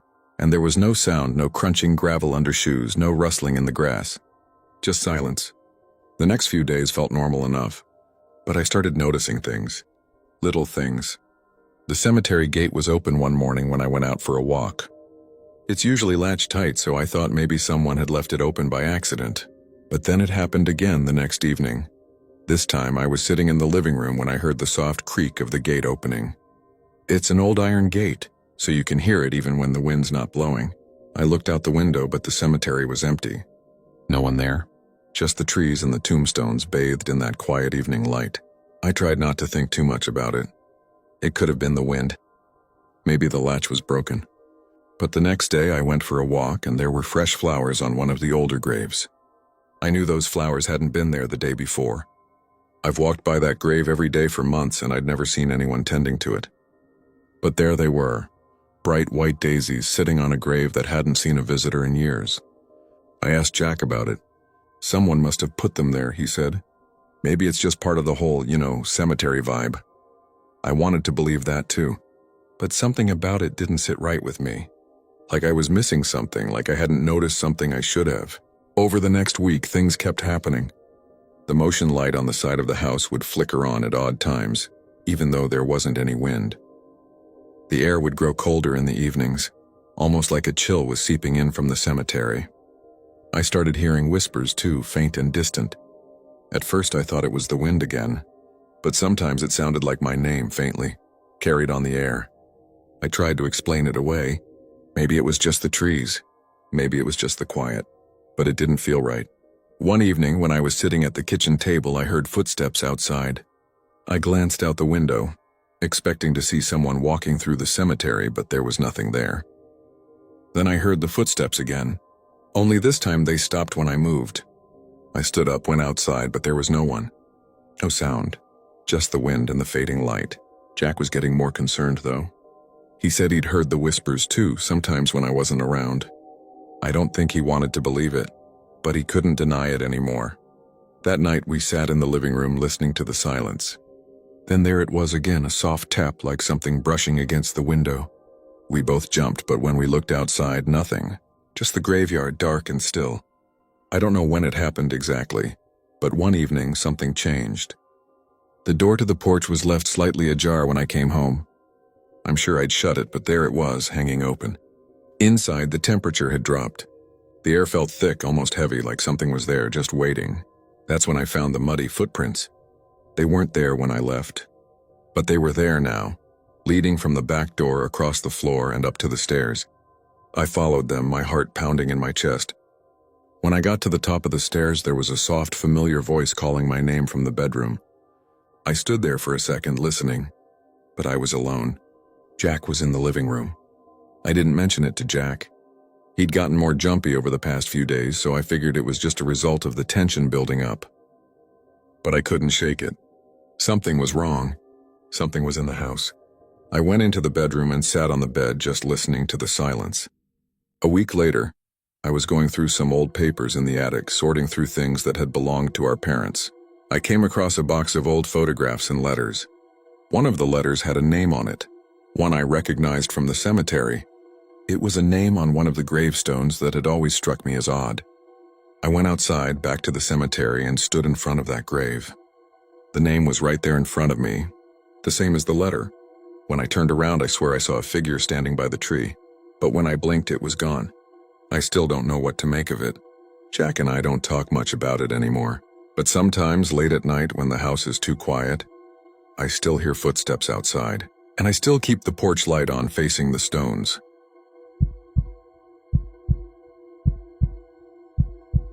My name is Emma, and I'm from Westbrook, Vermont. I live in a small house just across from the cemetery, the one people always call the old one even though it's been there for over a century. It's quiet here, almost too quiet sometimes. The kind of place where you'd see the same handful of people at the local grocery store, and you get used to the slow hum of life. My house is a small one, just enough room for me and my partner Lucas. We've been here about 2 years now, and honestly, it's grown on me. It's the kind of place where you can hear the wind moving the trees outside, and at night the crickets never seem to stop. It feels peaceful, calm. The cemetery across the road is old, overgrown in parts, but that's never bothered me. It's kind of a constant in my life, something I don't even think about most of the time. We've gotten used to it. There's no real noise coming from the cemetery. Not unless you count the occasional rustle of the leaves when the wind picks up. It's been like that for years. There's a narrow dirt road that separates the cemetery from our yard, lined with old stone walls and thick oak trees. The occasional car drives by, but the town is small. Too small sometimes. The kind of place where everyone knows everything, and it's hard to keep a secret.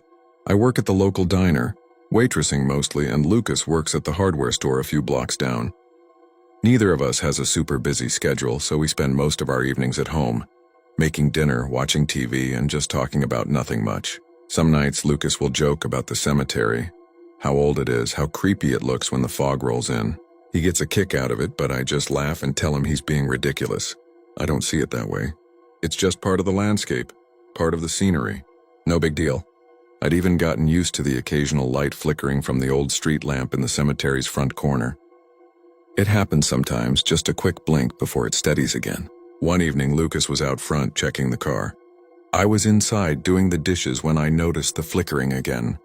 It was almost rhythmic this time, like it was trying to tell me something, but I didn't think much of it. I've lived here long enough to know that the lights out there were just old, that's all. The wind might have triggered it. It was then that I noticed something else, the gate. The big iron gate that stands at the cemetery's entrance, it was wide open. I hadn't heard it creak or seen it move, but there it was, hanging loosely.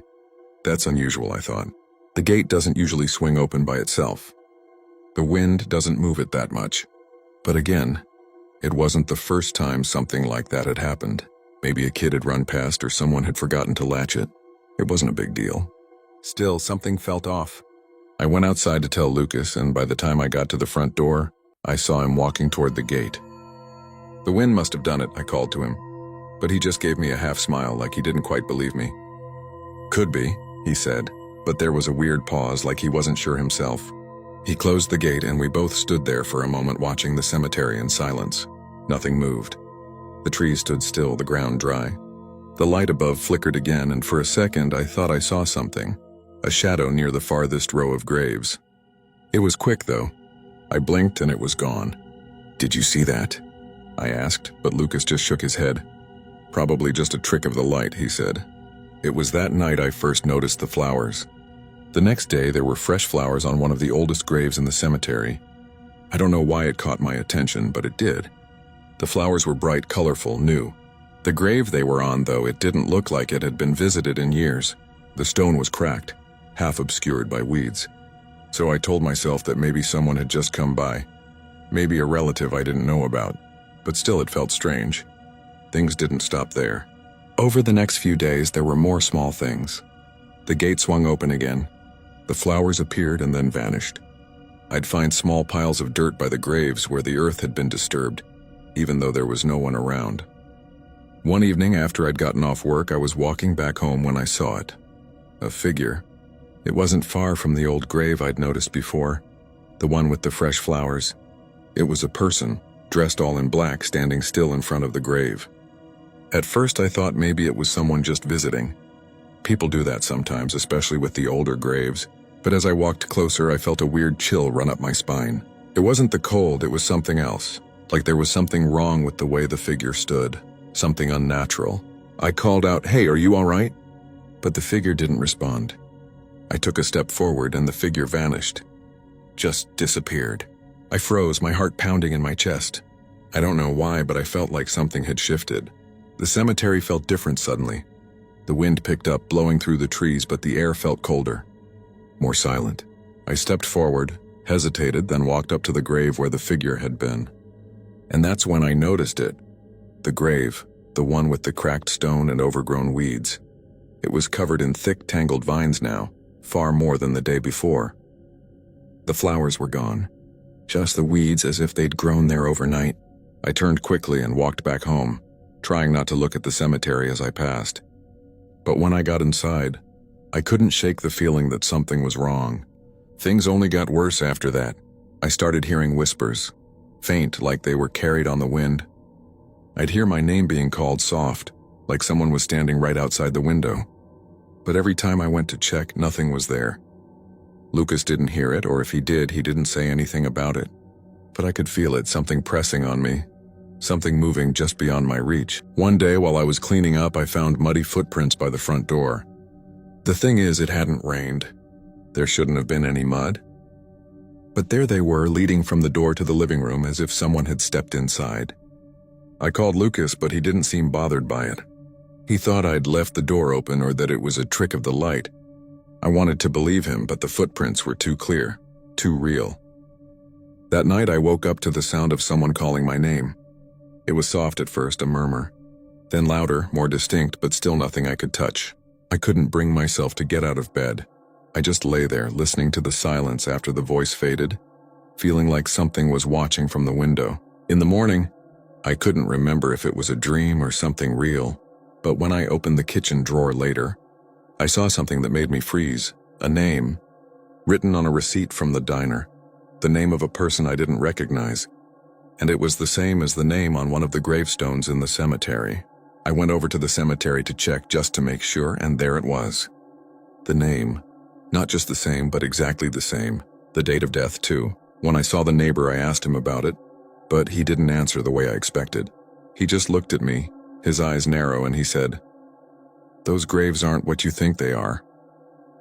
I didn't ask him what he meant. I didn't want to know. I don't know what's happening or if I'm just losing my mind, but I keep seeing things, hearing things. I still keep the porch light on, facing the stones.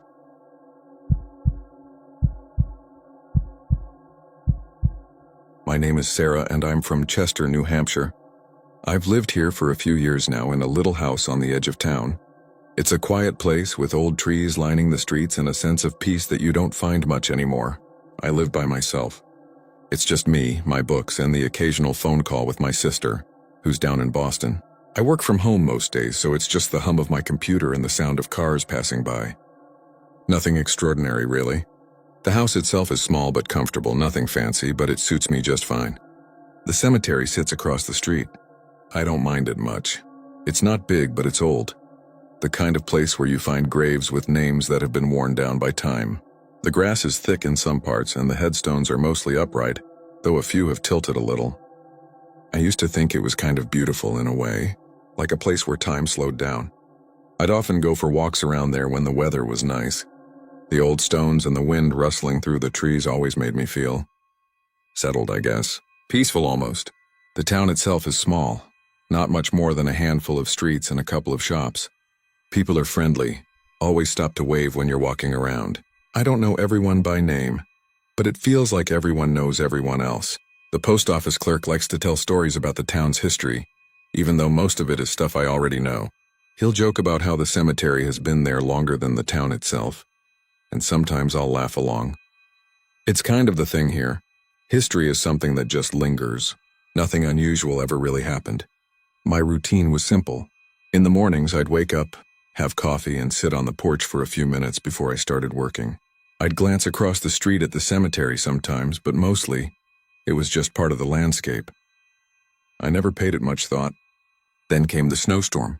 It wasn't anything out of the ordinary for a New Hampshire winter, but it was one of those heavy storms that blanketed everything in thick white. I had to dig my car out the next morning, but the air felt fresh and sharp. The wind had picked up too, swirling the snow into thick drifts along the street. I finished clearing my driveway and was about to head back inside when I noticed something. Fresh footprints. The snow had been untouched, smooth and still, except for these prints leading from the cemetery. I stared at them for a second, squinting against the bright whiteness. The footprints didn't make sense. They weren't from anyone I knew, and there were no signs of anyone walking across the road before. But the strangest part was that the tracks seemed to start from a grave. Not any grave I knew, but one near the back corner. I'm not sure why I even noticed it then. I'd passed by that spot 100 times. But today it stood out. The footprints led from the grave and out into the road where they just stopped. I shook it off at first. The wind had to have blown them in from somewhere, or maybe some animal had crossed through. I'd heard about animals wandering into cemeteries, sniffing around the stones, looking for food. Still, there was something about the way the prints stopped that felt wrong. It was too neat, too deliberate. Like someone had stepped out of that grave and then just vanished. Later that day, I ran into my neighbor, Mrs. Porter. She's lived across the street for years and she tends to keep to herself, but I figured I'd mention the footprints to her. She wasn't one for small talk, so I was a little surprised when she gave me a strange look when I brought it up. "I didn't see anything," she said, her voice low, like she was trying to avoid something. I asked her if she'd seen anyone walking around the cemetery the night before, but she just shook her head and muttered something about the snow being heavy. She quickly changed the subject and we talked about something else, but I couldn't shake the feeling that she was avoiding my question. The next few days were quiet, like nothing had happened, but there was a weirdness that settled in, something I couldn't quite put my finger on. The footprints never went away, even after the snow had started to melt. They weren't fresh anymore, but they were still there, running from that grave across the road. It wasn't until a few days later, when I had to run an errand into town, that I started to feel like something wasn't right. I popped into the local convenience store to grab a few things, and the clerk, a guy named Ron, seemed almost uneasy, like he was expecting me to ask him about something. "So, that cemetery," he started, like he was testing the waters. "You know, it's older than it looks. Really old. I've heard things about it. People used to say, well, they say it's not the graves that get you, it's the space between them." I didn't really understand what he meant. He seemed a little off, and I had no interest in getting into it with him. But as I left the store, I couldn't shake the words. Not the graves, but the space between them. I kept thinking about that. What did that mean? That night, I decided to go back over to the cemetery, even though I'd been avoiding it. The air was still and everything felt too quiet. I stood at the edge of the road, looking across at the grave where the footprints had started. I don't know what I was expecting, but when I looked closer, I saw something I hadn't noticed before. The gravestone had a name on it, one I didn't recognize. It wasn't an old name, though. It was fresh, newly carved. But there was something strange about it. The name matched a name from one of my personal papers. A name I'd seen before, in a long-forgotten document from when I'd moved in. The air felt different then, like it had shifted, suddenly cold. I turned around to head back inside, but the silence was so thick that I almost expected someone to be standing behind me. A little voice in my head told me to stop, to turn back, but I didn't. I just kept walking. I still don't know why I looked back. I still keep the porch light on, facing the stones.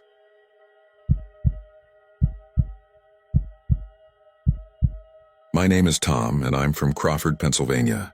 It's a small town, the kind where everybody knows everybody and everything moves at a slower pace. I live in a little house with my older sister, Rachel. She works at the local library, and I do maintenance at the gas station on Main Street.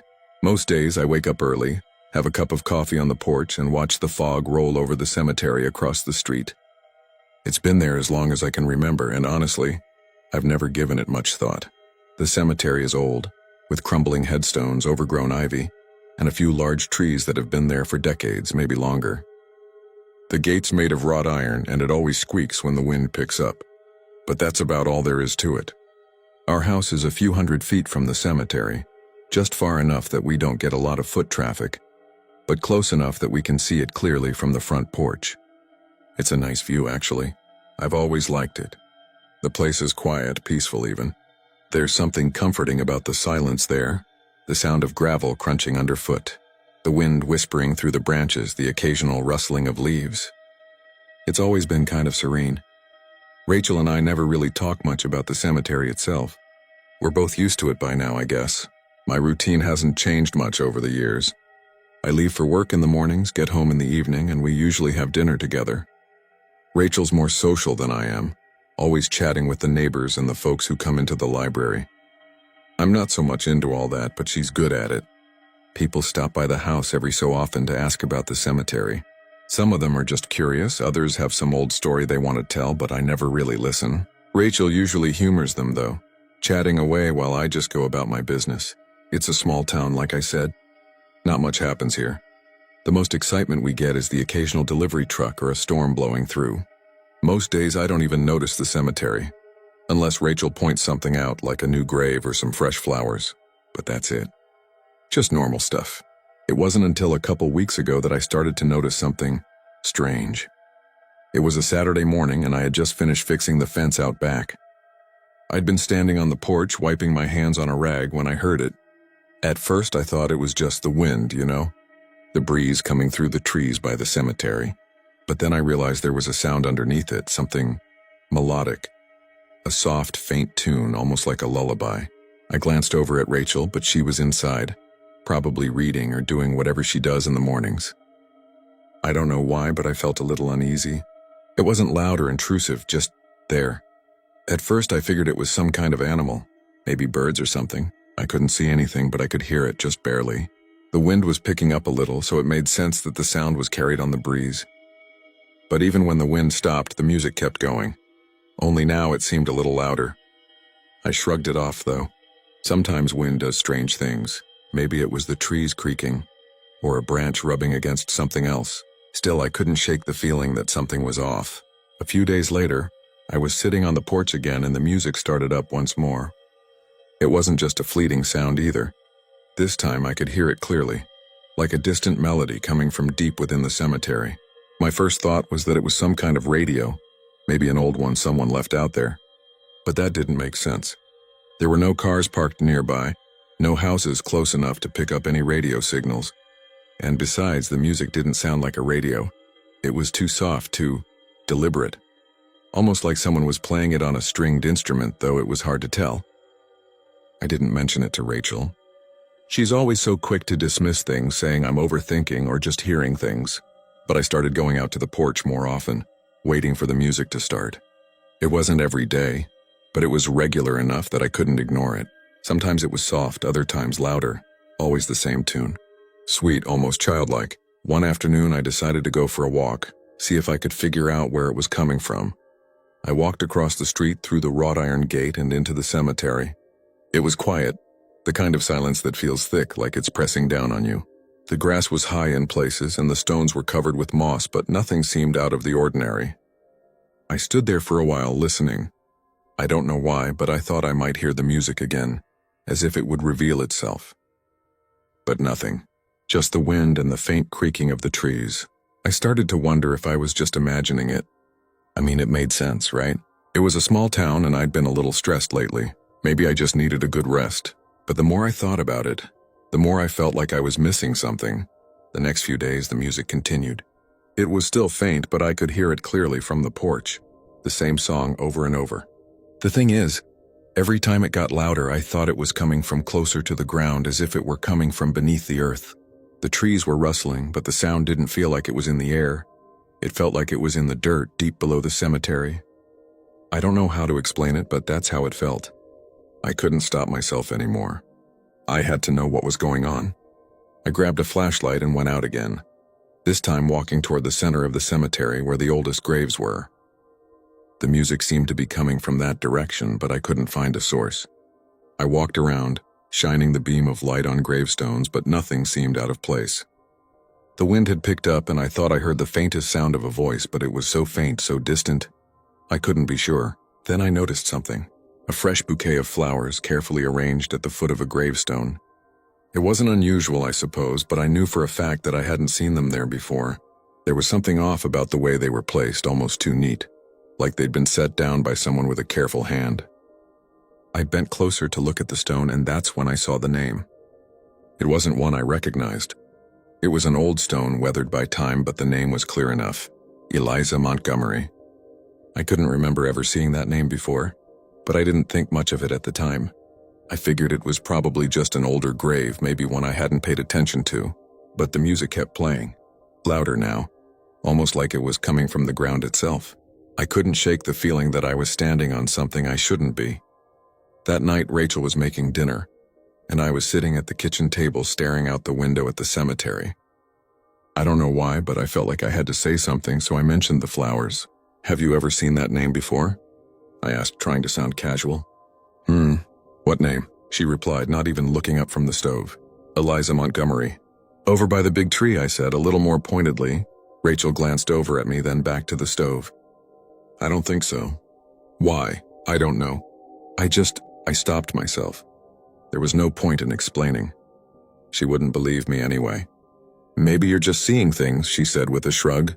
"It's an old cemetery, Tom. People put flowers on graves all the time." I didn't argue. She was right, of course. It was just flowers. It was just a name. And yet something about it kept nagging at me, like I was missing something. Like I hadn't put the pieces together. A couple days later, I ran into old Mrs. Delaney at the corner store. She's lived in Crawford longer than anyone, and she's always talking about the history of the town. So I asked her about the cemetery, about the names on the gravestones. Mrs. Delaney's face went pale when I mentioned Eliza Montgomery. She didn't say anything at first, just stared at me for a long moment, and then she said, "Those graves aren't what you think they are." I didn't ask her to explain. I just thanked her and left. I still keep the porch light on, facing the stones.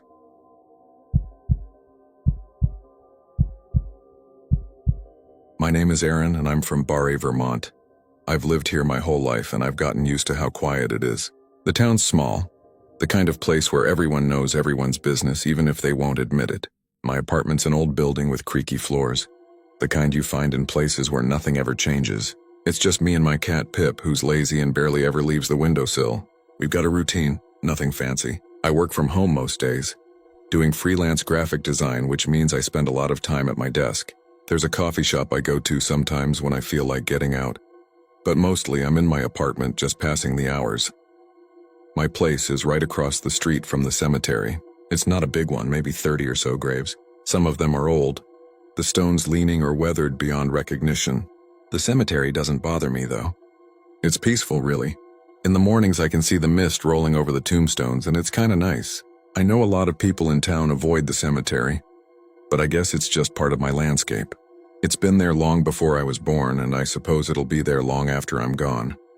I live on the second floor, so I've got a nice view of the cemetery. There's a bench under a big oak tree near the gate, and sometimes I'll sit there with my coffee and just watch the sun come up. It's peaceful. The wind always rustles the leaves, and there's a low hum in the air from the insects. It's the kind of place where you don't think much about it. Not until something out of the ordinary happens. I share the place with my roommate, Sarah. She's a local teacher and, unlike me, has a real social life. She makes jokes about how creepy the cemetery is, but she doesn't really believe in anything strange. She's always telling me I'm overthinking things, so when she makes those jokes, I don't think much of it. She's the one who'll be laughing in a few years when I'm still here, and she's moved to some bigger city. That's Sarah, always dreaming of something more. The first thing I noticed was the flowers. It was a Thursday morning a week ago, I think, when I saw them. Fresh flowers, bright yellow mums, sitting on a grave that's always been barren. It was an old one, the stone barely visible through the overgrowth, the name worn away by time. I can't remember seeing flowers there before. It wasn't a grave that ever got much attention, not that I'd seen. But there they were, sitting neatly in a small vase, the petals open and soft like they'd just been placed. I figured maybe someone had been visiting. Maybe a family member or maybe a neighbor, though I didn't know anyone around here who would have done that. It seemed a little out of place, but I shrugged it off. People do odd things, especially in a small town. Later that day, I walked past the cemetery on my way to the store. The flowers were gone, just like that. No trace of them. It wasn't like someone had picked them. They were just gone. I thought maybe they'd been blown away by the wind or something. It seemed weird, sure, but it wasn't the first time something odd had happened. A few days passed. I was sitting on the porch one evening enjoying a drink when I noticed something strange. The gate to the cemetery had been left open. It wasn't the first time, but this time it stayed open. Normally the wind would catch it swinging it shut, but this time it just hung there silent. Sarah had laughed when I mentioned it. "Maybe the wind's just a little stronger today," she'd said. "Or maybe the ghosts like to wander out at night, huh?" I wasn't laughing. The thing was, I couldn't remember a time when the gate had stayed open for more than an hour, and now it was sitting like that, wide and motionless. I didn't think much about it, though. I just went back inside. Still, that night I noticed the wind had died down. It wasn't gusting the way it usually does, but the air still felt heavier, like something was just waiting to move. The next week, Sarah was gone for a couple of days for a work trip, so it was just me and Pip. I was sitting at my desk late one night working through some design sketches when I heard it, a faint sound like footsteps on gravel. I turned around. Nothing. I pulled the curtain back slightly and looked across the street. The cemetery was empty, just the usual moonlight casting long shadows. Still, the sound had been real, or at least it felt real. I thought maybe it was a car, but there wasn't any noise, no engine rumbling. I shrugged it off and went back to work, but the air felt colder and I couldn't shake the feeling that I wasn't alone. The next evening I noticed something else. There were muddy footprints on the floor of the hallway. Just a few. They didn't lead anywhere. I thought maybe I'd tracked them in myself, but I hadn't been outside at all.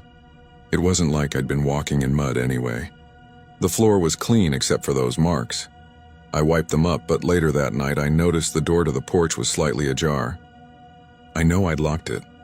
I always do. It's one of those things you don't think about until you notice it. The door wasn't wide open, but it was enough for me to feel uneasy. I closed it and locked it again.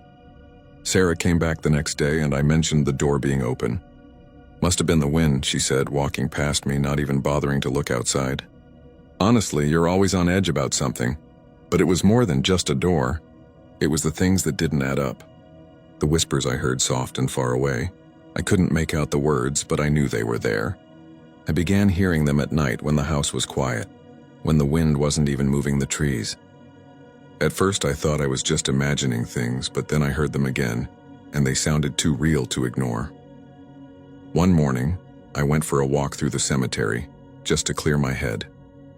I walked along the back row of graves where the stones were even older, almost lost to the earth. I don't know why, but I stopped in front of one grave. It was unmarked, just a simple stone with no name, no date. It seemed out of place. I stared at it for a long time. The stone wasn't even worn the way the others were. It was smooth, clean, too new compared to the rest. I don't know why, but I felt like I was supposed to be there, like I was meant to see it, meant to stand there, and then I heard it. A faint sound like breathing. Not from the air, but from below, beneath the earth. It was too quiet to make out, but it was there. I froze. The ground didn't feel solid beneath me. It felt soft, like something was shifting underneath. I don't know how long I stood there. I don't know what made me walk away. But I did. When I got home, I didn't feel right. It was like something had followed me back. I couldn't shake the feeling that it was still there, watching from across the street. The next time I walked by the cemetery, I saw something that made my heart stop. The stone was gone. I don't know who did it or why, but I've never seen that stone again. And sometimes, late at night, when the wind's still, I hear the sound of breathing. Like someone's waiting for me to come back. I still keep the porch light on, facing the stones.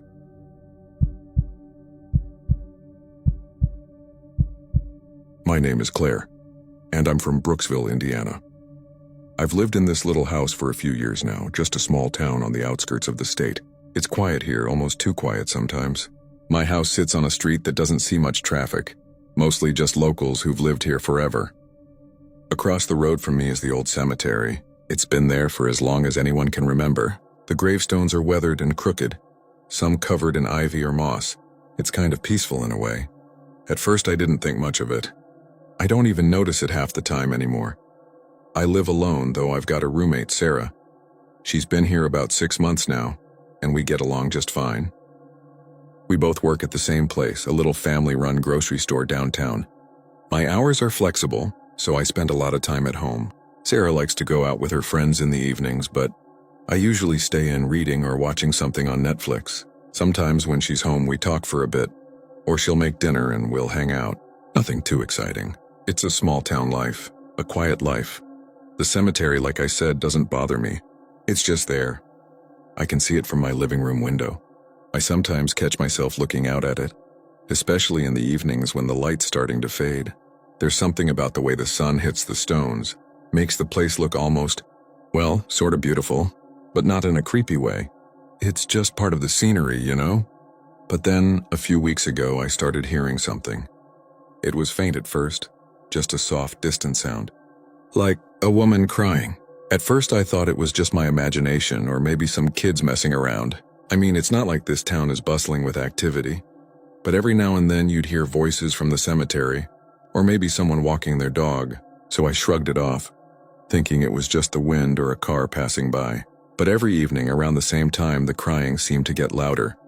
It wasn't until one night when I was walking to the mailbox that I noticed something strange. I heard the crying again, more distinct this time, like someone was out there not too far off. I looked across the street and saw a figure standing by one of the older graves. It was a woman, I think. She was wearing a long white dress, the kind that looks like it's from a different time.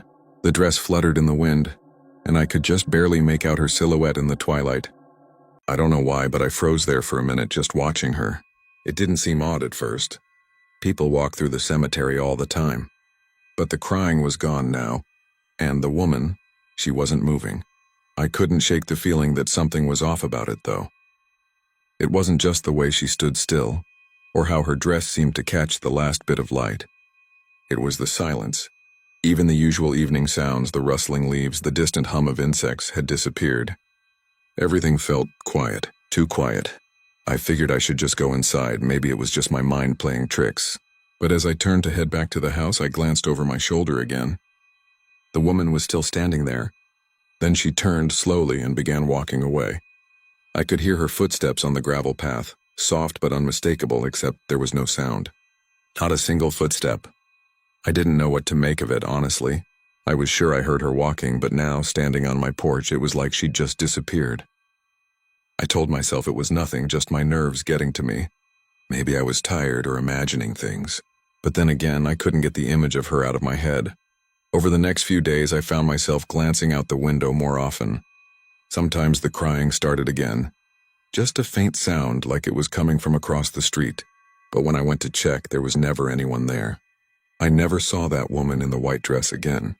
But the crying, it kept happening. At odd hours, when there shouldn't have been anyone out there. One evening, I was sitting on the porch, the cool breeze making the trees sway gently. It was around dusk, and the sky had that soft golden glow to it. I couldn't hear the crying this time, but I did notice something strange. Fresh flowers had appeared on one of the older graves. It wasn't the kind of thing you'd expect. The cemetery's been neglected in a lot of spots. No one comes by to tend to it, and most of the graves are just old, faded. So to see flowers there neatly placed was unusual. I shrugged it off as a coincidence. Maybe someone had just been by, paying respects. It happens, but it was hard to ignore the sense that something was off, something I couldn't put my finger on. The next few days, the flowers were still there, but something else started happening too. At night, the motion light in the yard would flicker on for no reason. I'd get up and look out the window, half expecting to see someone walking across the yard, but there was never anyone there. Just the empty cemetery across the street. I checked the light a few times, thinking maybe it was broken, but there didn't seem to be anything wrong with it. It would just flicker, then go back to normal like something was triggering it. Then came the footsteps. One evening around 10 o'clock, I heard something outside. At first, it sounded like someone walking in the gravel path across the street, but then I realized it was much closer, right outside my door. I was sitting in the living room, the TV on low, when the sound came. Slow, deliberate steps on the porch. I got up to check, but when I opened the door, there was no one there. I looked around the yard, nothing. It wasn't even windy that night. But the air felt colder, like something had passed through. The next morning, I noticed muddy footprints on the porch. They weren't there the night before. They weren't mine, and Sarah swore she hadn't been out. I was sure of it. But the prints, they were fresh. like someone had walked across the porch from the front gate all the way to the door, and just like the footsteps, they didn't make any noise when they walked. It was getting harder to ignore it. I started asking around, talking to people at work, trying to see if anyone knew anything about the cemetery, or maybe if someone had heard something. But whenever I brought it up, the conversations would change quickly, like people didn't want to talk about it. The local clerk at the corner store even looked at me funny when I asked about the history of the graves across the street. He just muttered something about old families and quickly changed the subject. It didn't sit right with me. I don't know when it started, but I began doubting myself. Was I hearing things? Was I imagining the crying, the footsteps, the flowers? I tried to explain it away, but it didn't make sense. Not really. One night, as I was flipping through some old papers, I found a name. It was on an old receipt from the store, but it was the name of a person on one of the gravestones I'd seen across the street. The last name matched, but the first name, it was different, and yet it felt too close to be a coincidence. I went to the cemetery the next day. I didn't expect to find anything new, but as I walked past the graves, I realized something. There was a headstone I'd never noticed before. It was small, tucked behind some overgrown ivy, and the name on it, it was the same as the one I'd seen on the paper. I froze. The dates on the stone were recent enough to still be fresh in my memory. I didn't know what to think. I wasn't scared, not exactly, but the whole thing felt wrong. The crying, the footsteps, the flowers, the name, it all felt like something was tying me to that place in a way I couldn't explain. I went back to the house, my head spinning with questions I didn't have answers to. The air felt different now, colder, like something was following me, something that had always been there, just waiting. I still keep the porch light on, facing the stones.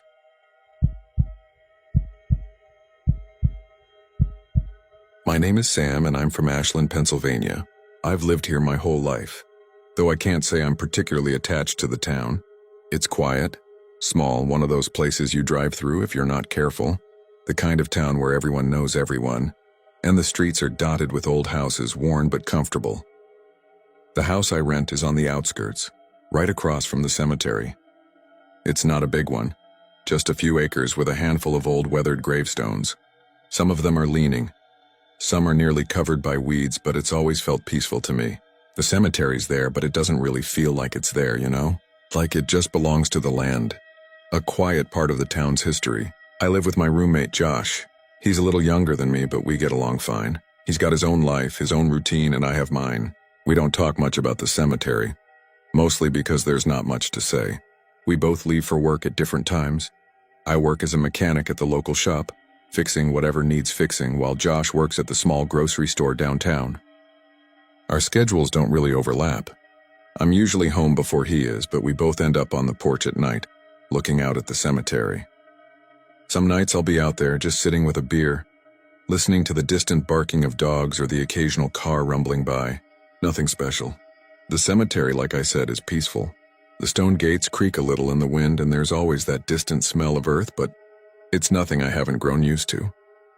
The breeze picks up in the late afternoon, and the trees sway softly, their shadows stretching across the graves. There's always something calming about the sound of gravel crunching beneath my boots when I walk past, or the way the sunlight seems to fade slowly, stretching out as it dips behind the hills. On warm days, the air smells like grass and damp earth. You can hear the hum of insects in the distance, and if you stand still long enough, the silence feels heavy, but in a good way. One evening, I noticed Josh standing on the porch, staring out at the cemetery. I hadn't thought much of it at the time, but looking back, I suppose that was when things started. He mentioned something about how he'd been hearing footsteps near the gate just a few nights before. He didn't think anything of it, though, just figured it was the wind. He laughed it off like he always does. We joked for a bit about how quiet the town was, how it made everything feel so still. He went inside, and I stayed out for a while longer. It wasn't the first time we'd mentioned the cemetery, but for some reason, that night felt different. A couple of days after that, I was heading home from work when I noticed something strange. The gate to the cemetery was wide open. I'd never seen it like that before. It's always been a bit stiff, like the hinges have rusted over the years. I assumed maybe it was the wind or something, but I couldn't help but feel a little unsettled as I walked past it. The air felt heavier that evening, colder than usual for spring. The kind of chill that creeps up your spine, even though it's not quite cold enough to make you shiver. I didn't tell Josh about it when I got inside, but I did mention it the next time we were sitting on the porch together. He said he didn't notice anything and we moved on to something else. But it wasn't just that. Small things kept happening. Flowers appeared on one of the older graves. A bouquet of fresh daisies sitting neatly at the foot of a stone that hadn't been tended to in years. It was odd, but I figured maybe someone had just come by to leave them. Still, it didn't sit right with me. The cemetery doesn't get many visitors, especially not ones who tend to graves like that. But I shrugged it off, like you do with little things that don't really make sense. It wasn't until I started seeing the shadows that I began to feel uneasy. I was out there walking to the store one evening just before dusk when I noticed something off. The shadows on the ground cast by the gravestones were all wrong. They seemed to move against the setting sun, stretching toward the wrong direction. At first I thought it was just my eyes playing tricks, but as I stopped and watched, I couldn't shake the feeling that the shadows were shifting, not in sync with the fading light. They were subtle at first, barely noticeable. But the longer I stood there, the more pronounced it became. I turned and left, trying to shake the odd feeling off. The gravel crunched beneath my boots as I hurried back to the house, telling myself it was just an illusion. But as I walked away, I had the distinct feeling that those shadows were following me. Every time I glanced back, they seemed to stretch out as if they were reaching for me. I quickened my pace and tried not to look over my shoulder, but it didn't stop. It was like I could feel them even if I didn't see them anymore. I didn't mention anything to Josh. I didn't want to sound paranoid. But I think he could tell something was off because he started asking me more questions. Little things at first, and had I heard anything strange? Was the wind unusually strong lately? I told him no, of course. Just the wind, just the trees. But after that, things started happening more frequently. Doors were left ajar when I was sure I had closed them. I'd find muddy footprints on the porch even though there hadn't been rain. And it didn't stop at the house. I'd be sitting in my room working on something and I'd hear a faint whispering, just barely audible, like someone was calling my name. The first time it happened, I thought I was imagining it. The second time I thought it was Josh messing with me, but when I asked him about it, he looked just as confused as I felt. It wasn't his voice. It wasn't anyone's voice. The strangest thing, though, came a week later.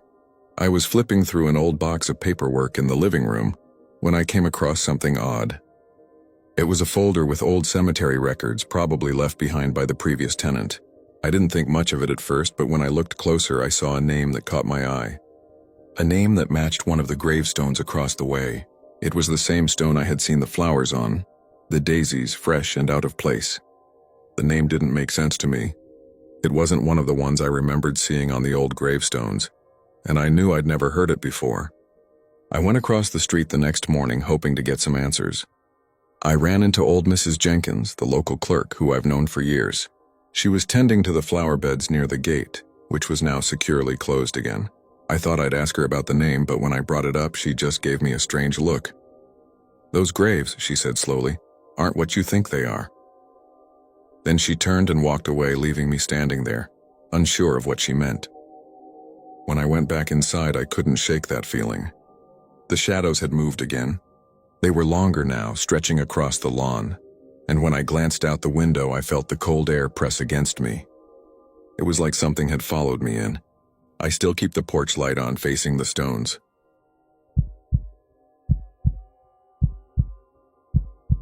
My name is Emily, and I'm from Haverhill, Massachusetts. I moved here about a year ago. It's a quiet town, the kind where everyone knows everyone, the kind of place you'd pass through on your way to somewhere else and never think twice about.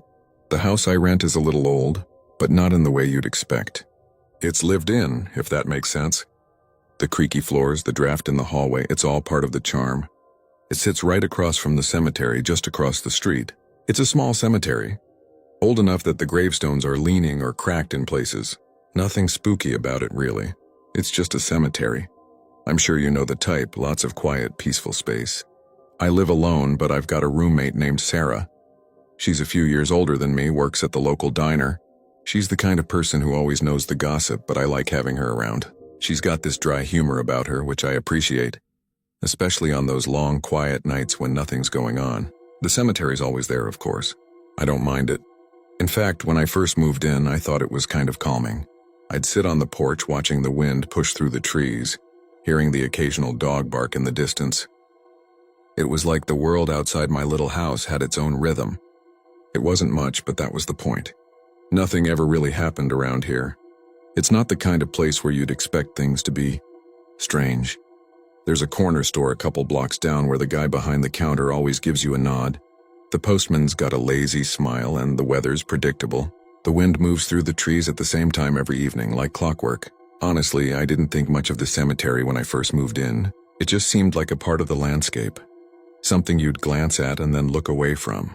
But there were little things at first. Small enough that I brushed them off. Like how sometimes the gate to the cemetery would be slightly ajar. Not wide open, just enough that you could tell someone or something had pushed it. That happened a few times, but it wasn't anything weird, I told myself. The wind probably did it. It's an old gate after all. Then there was the fresh bouquet of flowers one morning, on a grave that I knew hadn't had anything on it the day before. It wasn't a big deal. People probably left them there at night or early in the morning. But I did catch myself wondering for a second who it was for. Sarah thought I was being a little dramatic when I mentioned it. "It's just a cemetery," she said, waving it off. "Maybe someone's keeping up with their relatives. Or maybe it's the wind, like you said." I didn't argue with her, but there was something about the flowers. It wasn't just that they were there, it was how they were placed. Neat, but not like the other arrangements, almost too perfect, like someone had placed them with care. Time went on, and the little things kept happening. The motion light in my yard would flicker on late at night, even though there was no reason for it. I'd walk across the yard and look toward the cemetery, but there was never anyone around. Still, the light would stay on for a few minutes, long enough for me to think, did I miss something? A couple of weeks later, I was walking home from the store when I noticed something different about the cemetery. It was the sound of the wind. It didn't sound the same. It was almost like it was whispering, but not in a way you could quite pin down. Maybe it was the way the trees moved or how the air felt thick. Either way, it made my skin crawl for no good reason. It was just a breeze, but it felt wrong. I wasn't sure if I was imagining it or if it was the way the light hit the gravestones that day, casting these long, strange shadows. It made everything feel stretched out, like the whole cemetery was trying to reach for me. But I'm not the type to get spooked by things like that, so I ignored it. That night, after dinner, I sat on the porch like I usually do. Sarah was inside, probably watching something on TV. I noticed a small portrait attached to a gravestone near the far end of the cemetery. I don't know why I hadn't noticed it before. It was a tiny thing, maybe 4 by 6 inches, framed in old chipped wood. It was so out of place, so small compared to the other gravestones around it. But it wasn't the size that caught my attention. It was the face. I walked over to take a closer look. It was a portrait of a woman, but something about the eyes made me feel uneasy. I couldn't quite explain it. It was like she was looking directly at me. I blinked and stepped back. It wasn't anything strange, just a painted portrait, you know? But when I moved, I could have sworn her eyes followed me. I laughed to myself, trying to shake off the thought. "Just the light," I muttered, trying to convince myself. But as I turned to walk away, I heard a soft rustling behind me. It sounded like the portrait shifting, like someone was adjusting it. But when I glanced back, it was still there, perfectly still. I stepped back toward the house, my heart beating a little faster than usual. Maybe I was just tired. Maybe it was the wind again. But I couldn't shake the feeling that something had moved in the air. Something had shifted in that quiet cemetery. Over the next few days, I kept seeing the portrait out of the corner of my eye whenever I walked past.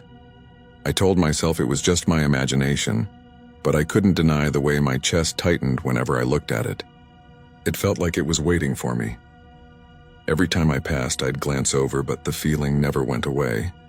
One night, I was sitting at the kitchen table when Sarah came in, her brow furrowed. "Hey, did you notice anything strange about the cemetery?" she asked, voice quiet. I gave her a look. "Like what?" She hesitated. "I don't know, just the flowers, the portrait. I don't know. I've been feeling off about it. I wasn't the only one." That unsettled me more than anything. The next morning, I decided to stop by the small store down the road just to pick up a few things. The old man who ran it, Mr. Jensen, was behind the counter as usual. I didn't mean to ask about the cemetery, but I did anyway. "Does anyone know anything about that grave with the portrait?" I asked, trying to sound casual. He went stiff for a moment, his hand stilling. "The portrait?" he repeated. Then he cleared his throat. "No, No one really talks about that one, but I guess it's been there a long time. I waited for him to say more, but he just gave me a tight smile and went back to stocking cans. I didn't press it, but the way he avoided my question was enough to make me feel uneasy. That evening, I sat outside again, trying to keep my mind off the strange feeling that was building up in my chest. But as I looked over at the cemetery, I noticed something else. One of the gravestones was missing. Not the one with the portrait. It was the one next to it, and it wasn't just gone. It had been replaced with a blank stone. I got up, walking across the yard without thinking. I hadn't been inside the cemetery since the portrait caught my eye, but I had to see it now. When I stepped through the gate, the air felt heavier. The portrait was still there, but it was no longer the only strange thing. As I moved toward the gravestone that was missing, the same rustling sound came from behind me again. The portrait, I realized, was no longer still. It had shifted ever so slightly, as if someone had moved it. I turned back to the house, not looking at the stones anymore. My heart pounded in my chest, and for the first time, I couldn't bring myself to shake off the fear that was creeping up on me. That night, I couldn't sleep. The wind outside seemed louder, more insistent, as if it was calling to me. I still keep the porch light on, facing the stones.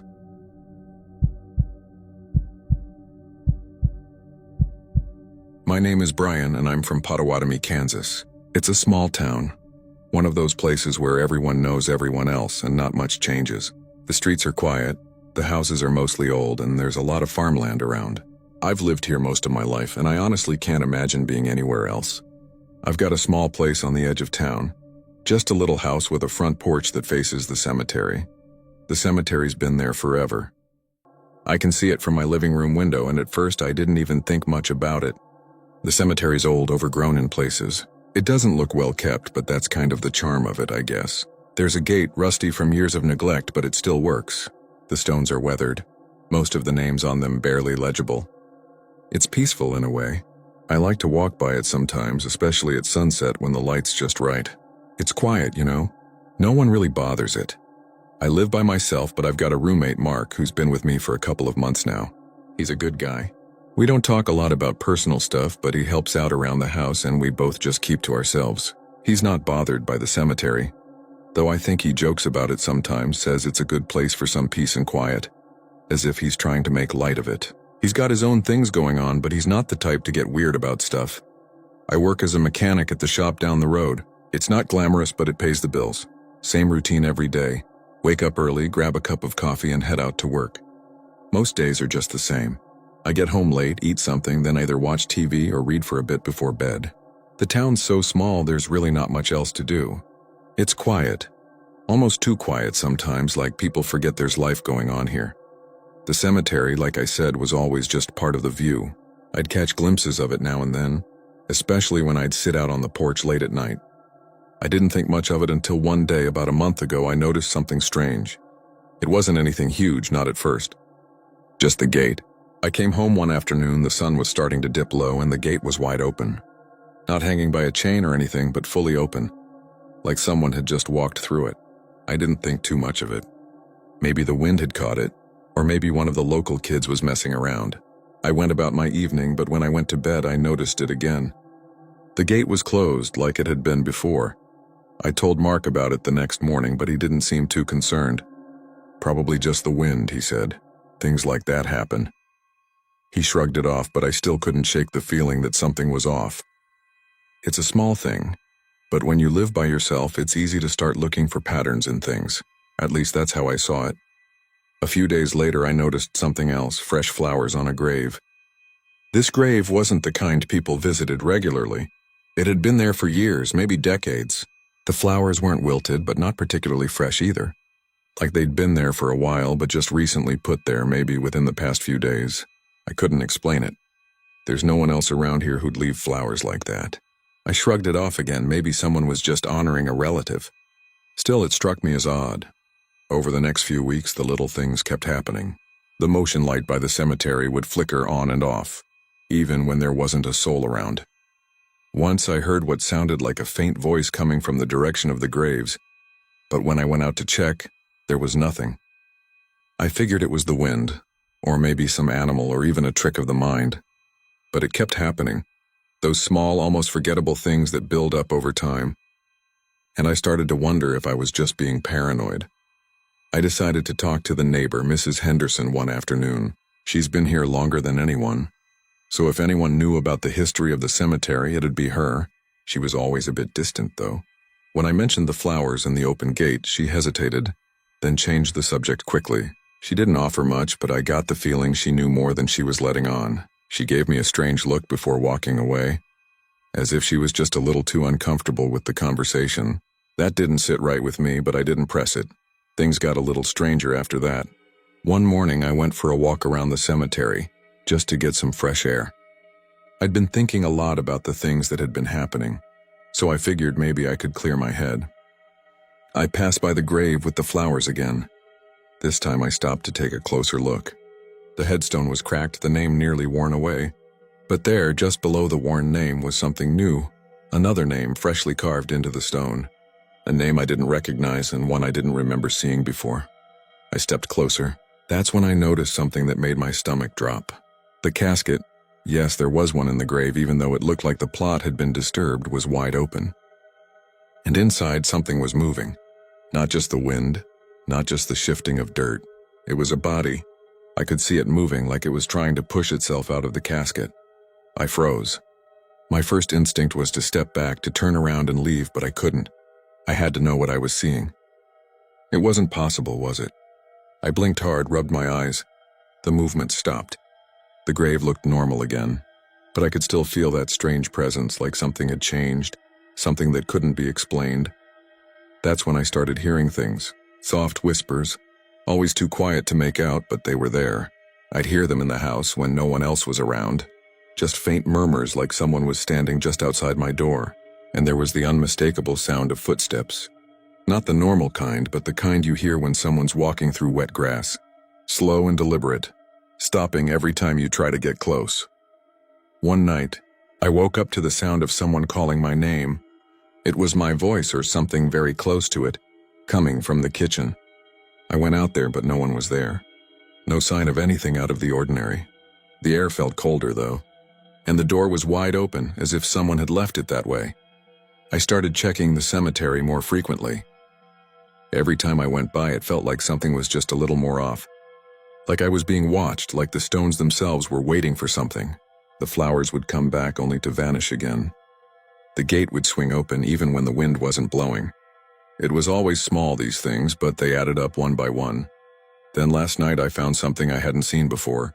An old record, tucked inside a box of papers at the local store. It wasn't meant to be there, not really. The cover was brittle, faded. But the name on it, the name matched one of the gravestones, the one with the moving body. I didn't go back to the cemetery after that. It was like something had crossed a line. I can still hear the whispers even now, though. And the strange thing, I can't tell if it's coming from outside or if it's just inside my head. I still keep the porch light on, facing the stones.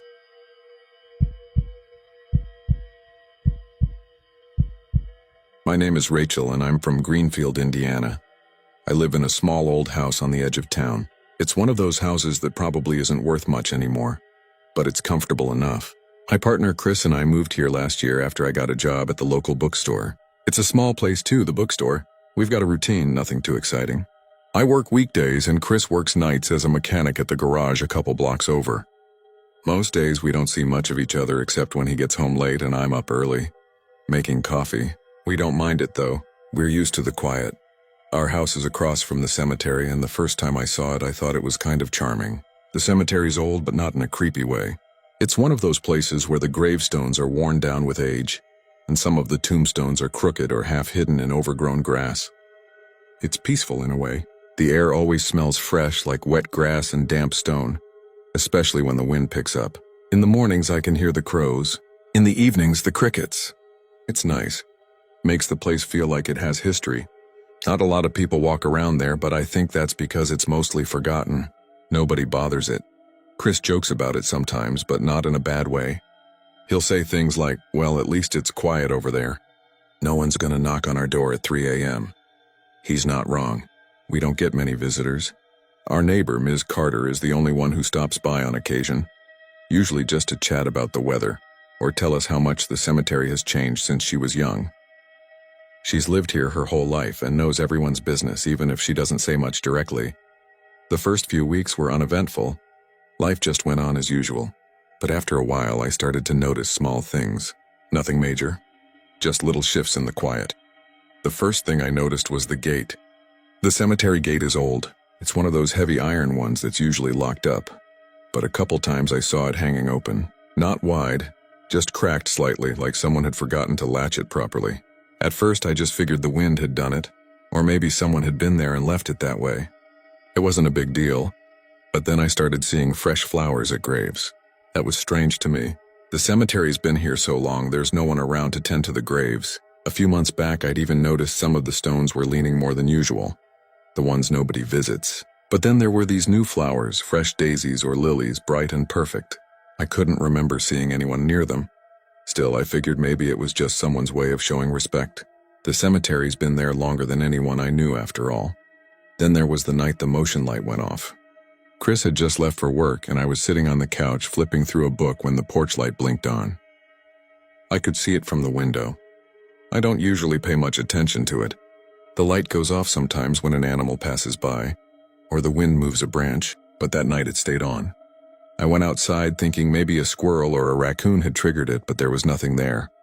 Just the usual quiet. That's when the whispering started. It wasn't loud, not like a voice calling out. It was just this faint, almost inaudible sound. At first I thought it was the wind, but it didn't feel right. The sound, just the faintest hint of a voice, like someone murmuring from far away. I'd hear it sometimes late at night, just as I was drifting off to sleep. Or I'd hear it while I was cooking dinner. The noise slipping in through the open window. Too soft to make sense of, but close enough to make me stop what I was doing and listen for a second. I tried to tell myself it was nothing. Maybe it was the wind, maybe the trees, maybe my own imagination. I'd mention it to Chris and he'd laugh, shrug, and tell me it was just the usual noises of the old house. He didn't really seem bothered by it, but I couldn't shake the feeling that something was off. Something I couldn't quite put my finger on. It wasn't until a week later that I saw the statue. I had taken a walk through the cemetery one afternoon. The air was warm, and the ground was soft underfoot. The sound of gravel crunching lightly beneath my shoes. It's always quiet there, especially when the cemetery's empty.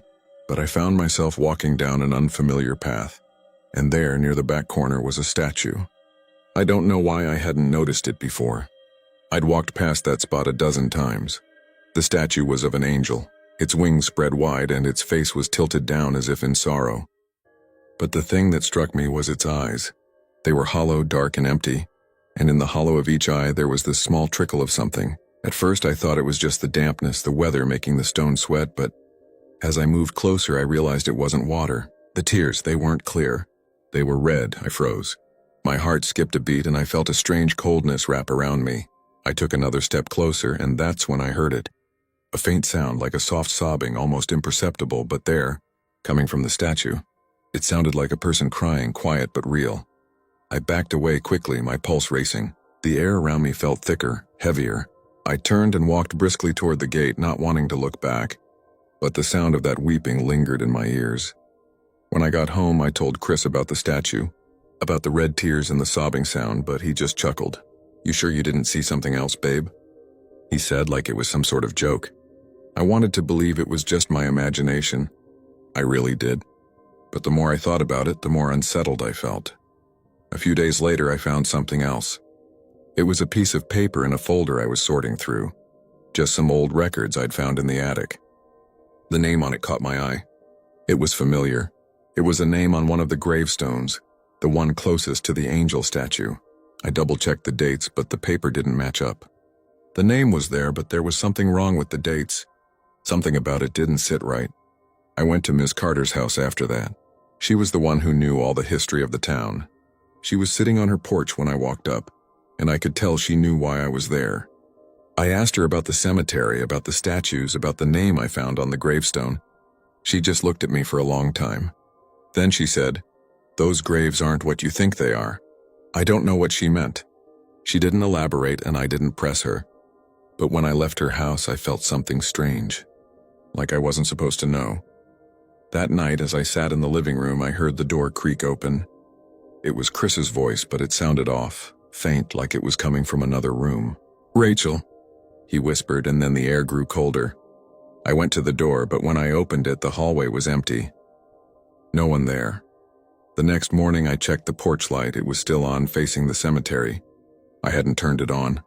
I haven't been back to the cemetery since. I still keep the porch light on, facing the stones.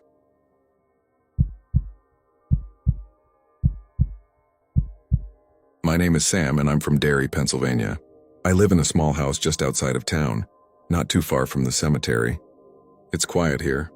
I work at the local hardware store, so my days are mostly spent stocking shelves and helping customers. The place isn't big, just a few aisles, but it's steady. You get the same folks, the same routine. I like it that way. I don't mind the repetitive nature of it.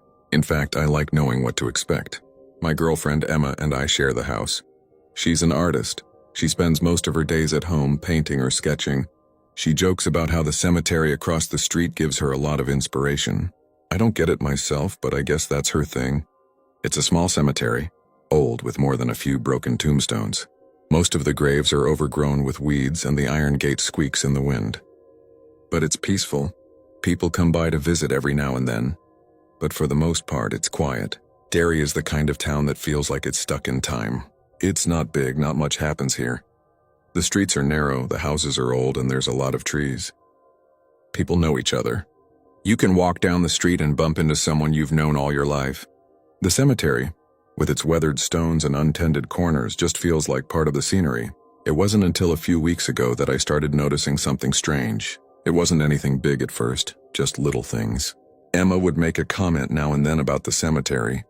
"It's peaceful, but there's something about it, isn't there?" she'd say, her eyes following the wind through the bare branches. I never thought much of it, maybe because I didn't want to. But there was something there. Something that felt off. Not enough to be obvious, but enough to stick in your mind. It started with the gate. One evening I came home from work and found it wide open. Now the thing is, the gate is always a little tricky. It sticks, so I'd never leave it open like that. Emma was inside, painting, and didn't hear it. I thought maybe it was the wind, or maybe I'd just forgotten to close it earlier. But I made sure to lock it that night, and the next morning it was open again. I didn't say anything to Emma at first. I figured I was just imagining things, you know? The wind, maybe. It happens. But then there were the flowers. They appeared on an old grave, one of the ones in the back corner, the kind you almost forget about. They weren't there the day before. Fresh ones, too. Bright yellow, the kind that don't really belong in a place like that. I figured maybe someone else had come by and left them. But when I checked the next morning, they were still there. I mentioned it to Emma and she shrugged. "People visit cemeteries all the time," she said, not looking up from her sketchbook. Maybe someone's grandmother or something. Could be nothing. She's right, I guess. It didn't mean anything. But it felt like it did. I just couldn't shake it. A few days later, I was sitting on the porch after dinner when I heard something.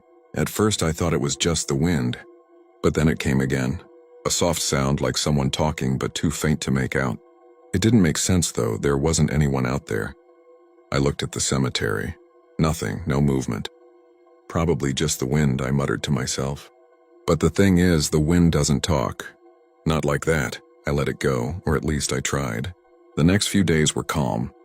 But then I saw something that I couldn't explain. I was walking past the cemetery on my way to the store, and I saw something glinting in the grass by one of the stones. A watch. Old.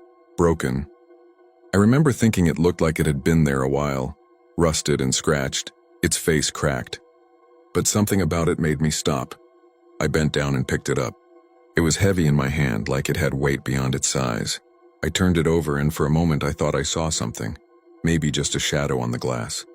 But when I checked, there was nothing. I wasn't sure what I expected to find, but it felt strange. Like it was wrong to even touch it. And then, as if to prove that I was imagining it, the watch ticked.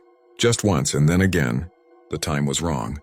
It was stuck at 12:47, exactly the time I'd arrived at the cemetery. I don't know why I didn't say anything to Emma. I think part of me was hoping it was just a coincidence. But that night after I'd set the watch down, I couldn't stop thinking about it. The ticking, the way the hands had moved, just for a moment. It wasn't like any watch I'd ever seen before. Not the way it ticked, not the way it felt. It was like something was waiting for me to pick it up. I didn't tell Emma. But I noticed her looking out the window toward the cemetery again, and she asked if I'd been over there recently. I nodded, but I didn't tell her why I'd gone. It didn't feel right. The next week, I went to see a neighbor, an older woman named Margaret. She'd lived in Derry for years and knew everything about the town. I don't know why, but I asked her about the cemetery. I figured she'd know something about its history. "Well," she said slowly, "that cemetery's been here for a long time. People don't visit much anymore, but it's been around for generations."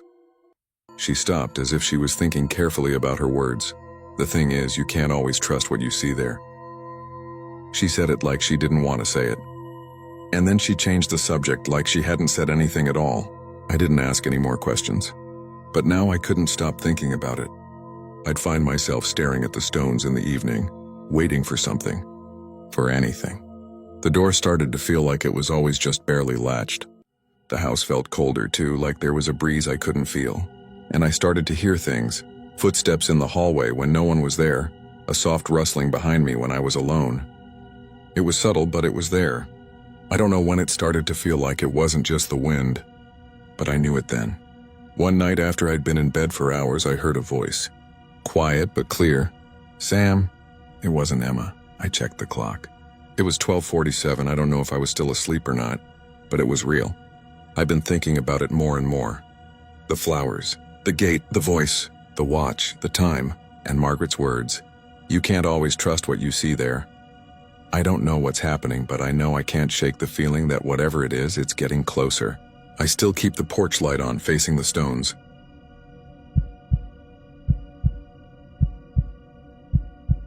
My name is Sarah, and I'm from Keene, New Hampshire. I've lived here my whole life, and to be honest, I can't imagine being anywhere else. It's one of those small towns where everyone knows each other, but it doesn't feel crowded or anything, just quiet. My job's nothing special. I work at a local bookstore part-time.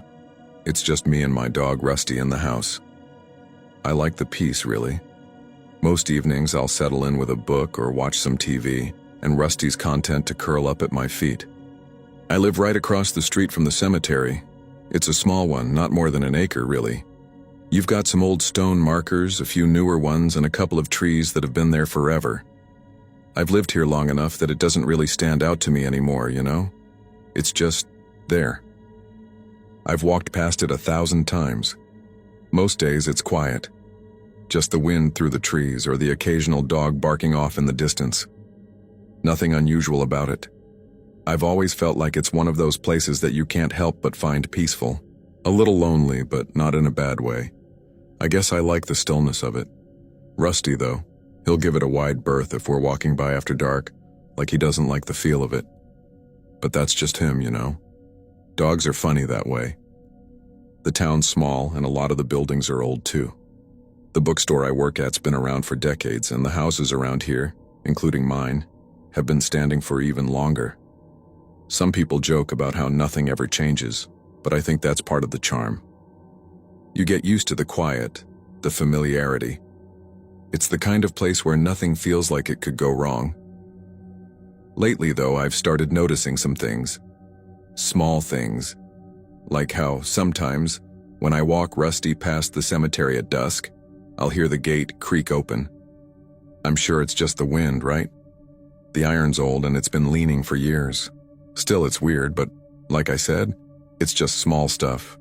It's not like I'm scared of it or anything.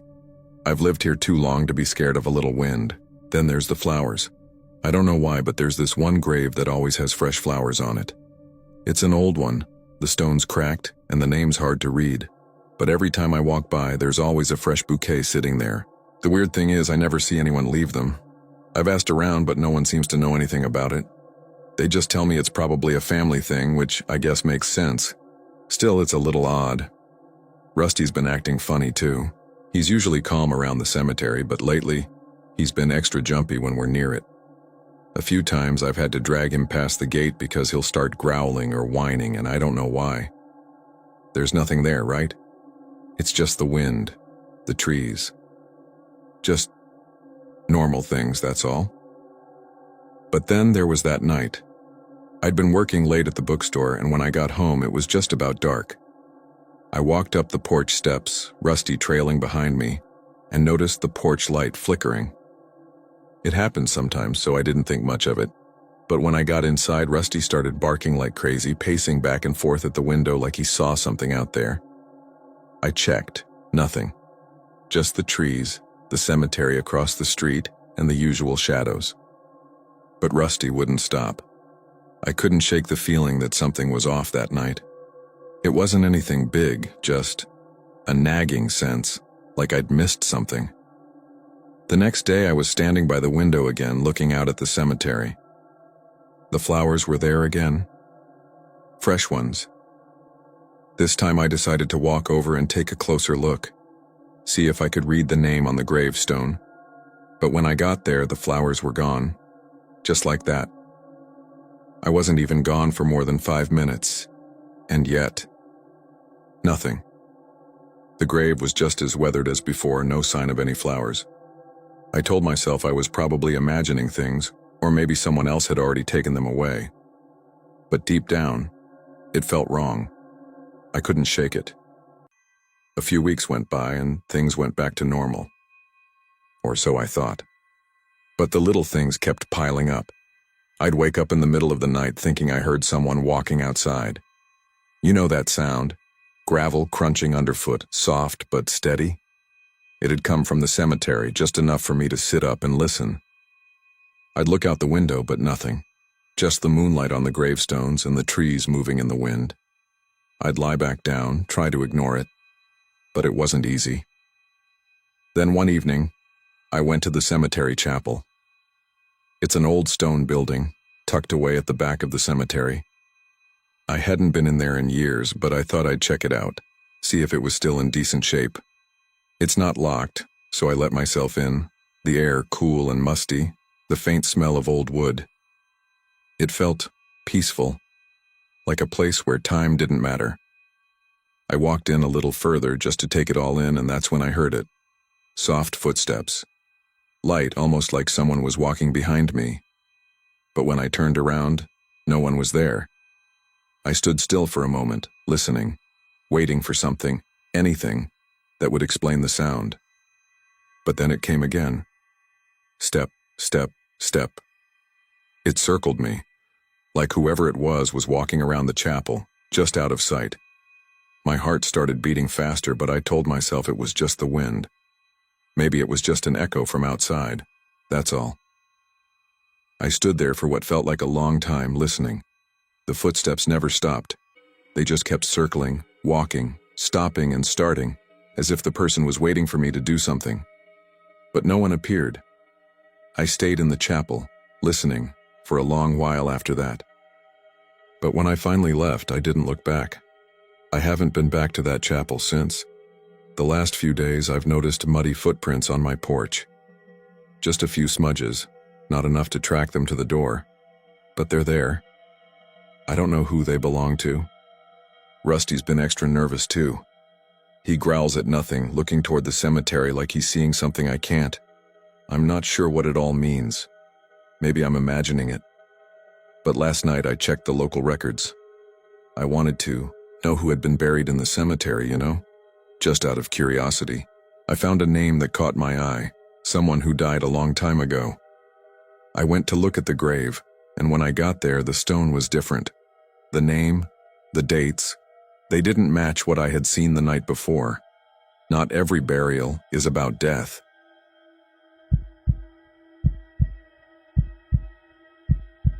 My name is Leah, and I'm from Westfield, Ohio. I've lived here my whole life in a small, quiet house just across from the cemetery. It's a little older, a little worn, but it's home. I live with my partner, Chris. We've been together for 3 years, and things are comfortable. Not a lot happens in Westfield, not much ever does. We both work from home. Chris does graphic design, and I'm a freelance writer.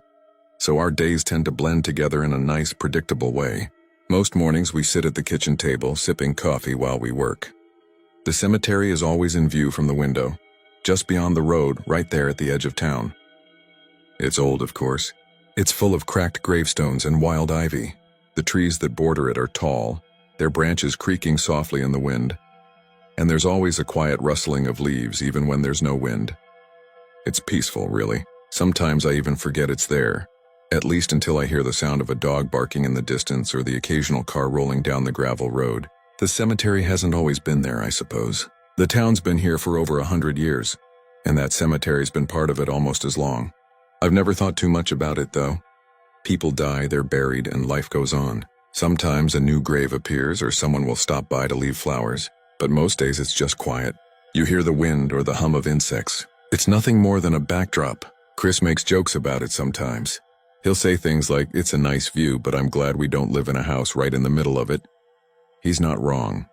There are a couple houses right next to the cemetery, and sometimes when I look out the window I wonder how strange it must feel to have graves right outside your door. But the people who live there don't seem to mind. At least they never talk about it. I don't think I'd mind either. It's just a cemetery. People are buried there, and that's all there is to it. It wasn't until about a month ago that I started noticing something odd. At first, it was small things. Like one day I was sitting on the porch just enjoying the warmth of the sun when I noticed the cemetery gate was open. It's usually locked, or at least it's always been shut. I didn't think much of it at the time. Maybe it was the wind, or maybe someone had been in there for a funeral or to visit a loved one. I didn't mention it to Chris because honestly, it didn't seem worth mentioning. But a few days later, the gate was open again. And then it happened again the next week. I thought about it for a second and I figured maybe the cemetery groundskeeper had left it open by accident. He's an older guy who tends to the place, keeps the grass mowed, fixes the old fences. But still, there was something about it that didn't sit right with me. I didn't say anything, though. There wasn't any real reason to be concerned. Then there was the smell. I didn't notice it at first, but one afternoon I stepped outside to grab the mail, and there was this strange, sweet scent in the air. It wasn't like flowers or anything you'd expect from a cemetery. It was almost cloying, thick.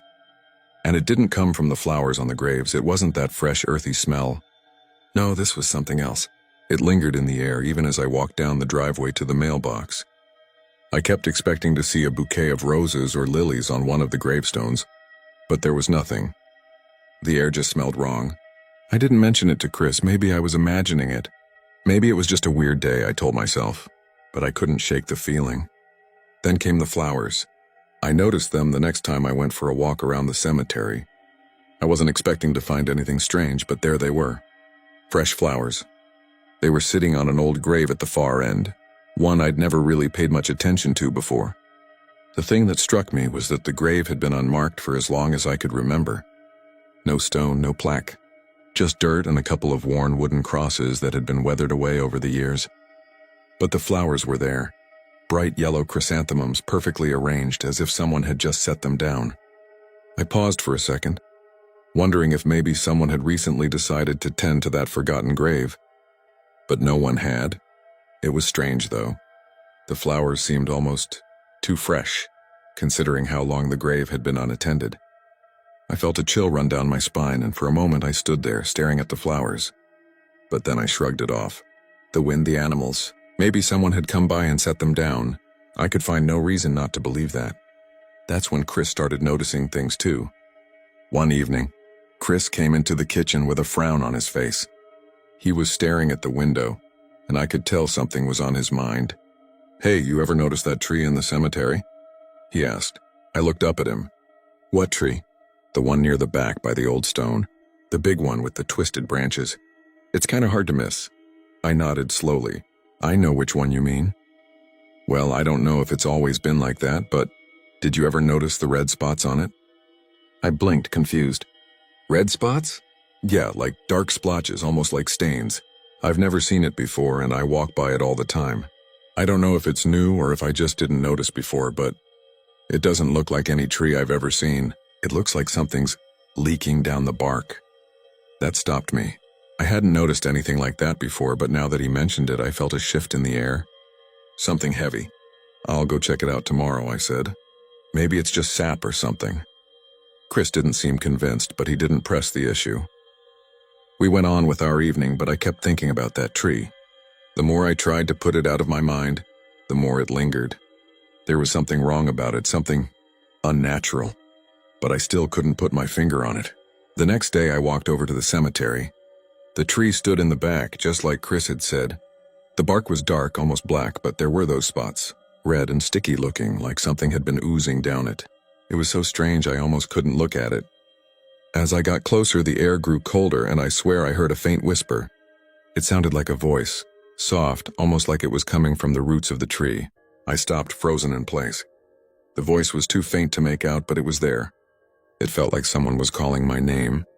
I looked around, but the cemetery was empty. The wind was still, and there was no one else in sight. My heart began to race, and I turned to leave. But then I noticed something else. The flowers were gone. The ones from that unmarked grave, just gone. I left quickly, my footsteps loud against the gravel.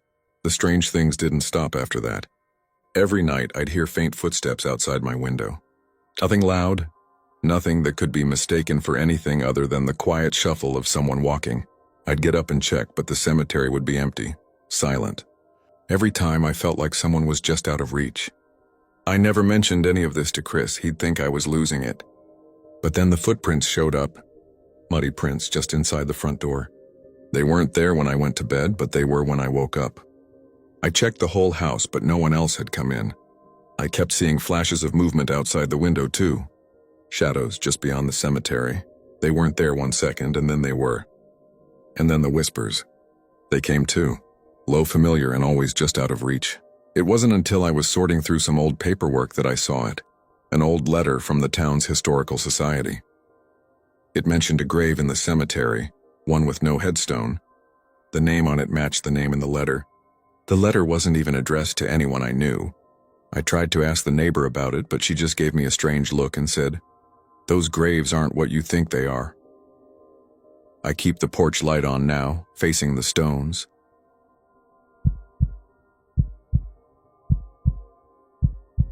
My name is Sam, and I'm from a little town called Pine Ridge down in southern Missouri. I live in a small old house right across from the cemetery.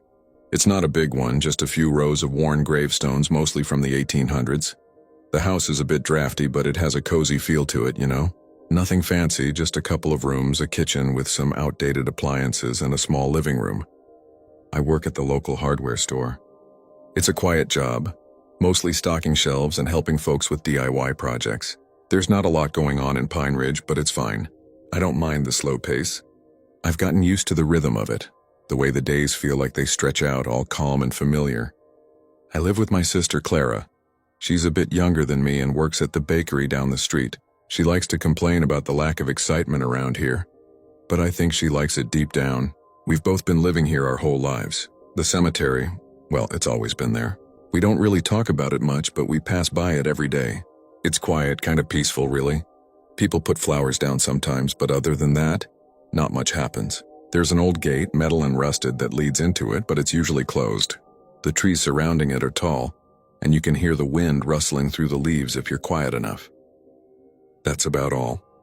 The town itself is small, like I said, and old. The main street has a few shops, a diner that doesn't really get much business, and a gas station. Everyone knows everyone, which can be nice, but sometimes it's a little too much. You get the feeling people are always watching, even if they don't say much. I guess I've always been used to the cemetery being there. It's just part of the landscape. Most nights after work, I walk around it a little. It's a habit. Clara laughs at me for it, says I'm being morbid, but I don't mind the quiet. Sometimes I stop at a particular grave, the one with the old stone and the name faded. No one ever visits it. I don't know why, but it always catches my eye. I'm not scared, though. Just curious, I suppose. But lately, things have felt off. I can't explain it. It's not anything specific at first, just little things. I noticed the gate a few weeks ago. One evening when I was out walking. It was slightly open, like it had been pushed or pulled, but not all the way. I thought maybe the wind had done it. I mean, the weather can get pretty rough around here sometimes. But it stayed like that for a couple of days, and that seemed weird to me. Then there were the flowers. They appeared on that same gravestone I mentioned before, the one that always seemed so forgotten. It was just a small bouquet, nothing too fancy. I thought maybe it was just someone from the town who had dropped them off. But when I looked closer, I noticed something strange. The flowers were fresh. They hadn't been there the day before, I was sure of it. But who would have put them there and why? I told Clara about it, and she just laughed. "You're overthinking it, Sam," she said. "Maybe it's just some random person passing through." But I didn't buy that. I know everyone who comes through this town, and I hadn't seen anyone new around. So I figured maybe I was just imagining things. But it didn't stop there. The next time I walked by, I noticed something else. The motion sensor light by the cemetery's entrance triggered on, but there was no one around. The bulb flickered, casting long shadows on the gravestones. I thought I must have just missed something, like an animal or a breeze, but the light stayed on for a while and I had to walk past it twice before it finally turned off. It felt wrong, but I didn't want to think too much about it. Then one night I was sitting on the porch and I heard something, a voice. At first I thought it was just the wind or maybe a neighbor talking, but it was too clear. It sounded like my name. Sam, just one word, whispered, and then nothing. It sent a shiver down my spine. I looked around, but there was no one. Clara was inside and the street was quiet. It felt like the wind had carried the sound, but it didn't quite sit right with me. Over the next week, I started hearing it more. Just my name. Sometimes it was in the middle of the night, other times during the day. Each time it was faint, like it was coming from far away or from the cemetery itself. At first I thought it was just me getting paranoid. But Clara noticed it too. One afternoon when she was sitting out with me, she looked over at the cemetery, then back at me, her eyes a little wide. "You hear that?" she asked, and I felt my stomach twist. I nodded, but I didn't say anything. The next few days I started to feel like the cemetery was watching me. The air around it seemed different, colder, and the sound of the wind through the trees seemed to grow louder, almost like it was hiding something. But I kept telling myself it was just my imagination. I didn't want to admit that something might be wrong. Things got weirder when I started noticing missing records at the hardware store. I know that sounds strange, but hear me out. We keep a log of everything we sell, all the supplies and who buys them. I started noticing entries that were missing or incomplete. Names, dates, even the timestamps were off. When I asked the others at the store if they noticed anything, they just shrugged it off. But it felt like something was out of place. And then there was the night I went for a walk by myself. It was late, too late for anyone else to be around, and I didn't expect to see anyone at the cemetery. But as I walked past, I felt that same sense of unease I had been brushing off. The moonlight was enough to cast long shadows on the ground, and I was nearly halfway through when I saw it. A skull resting just off the edge of a gravestone. It wasn't there before I was sure of it.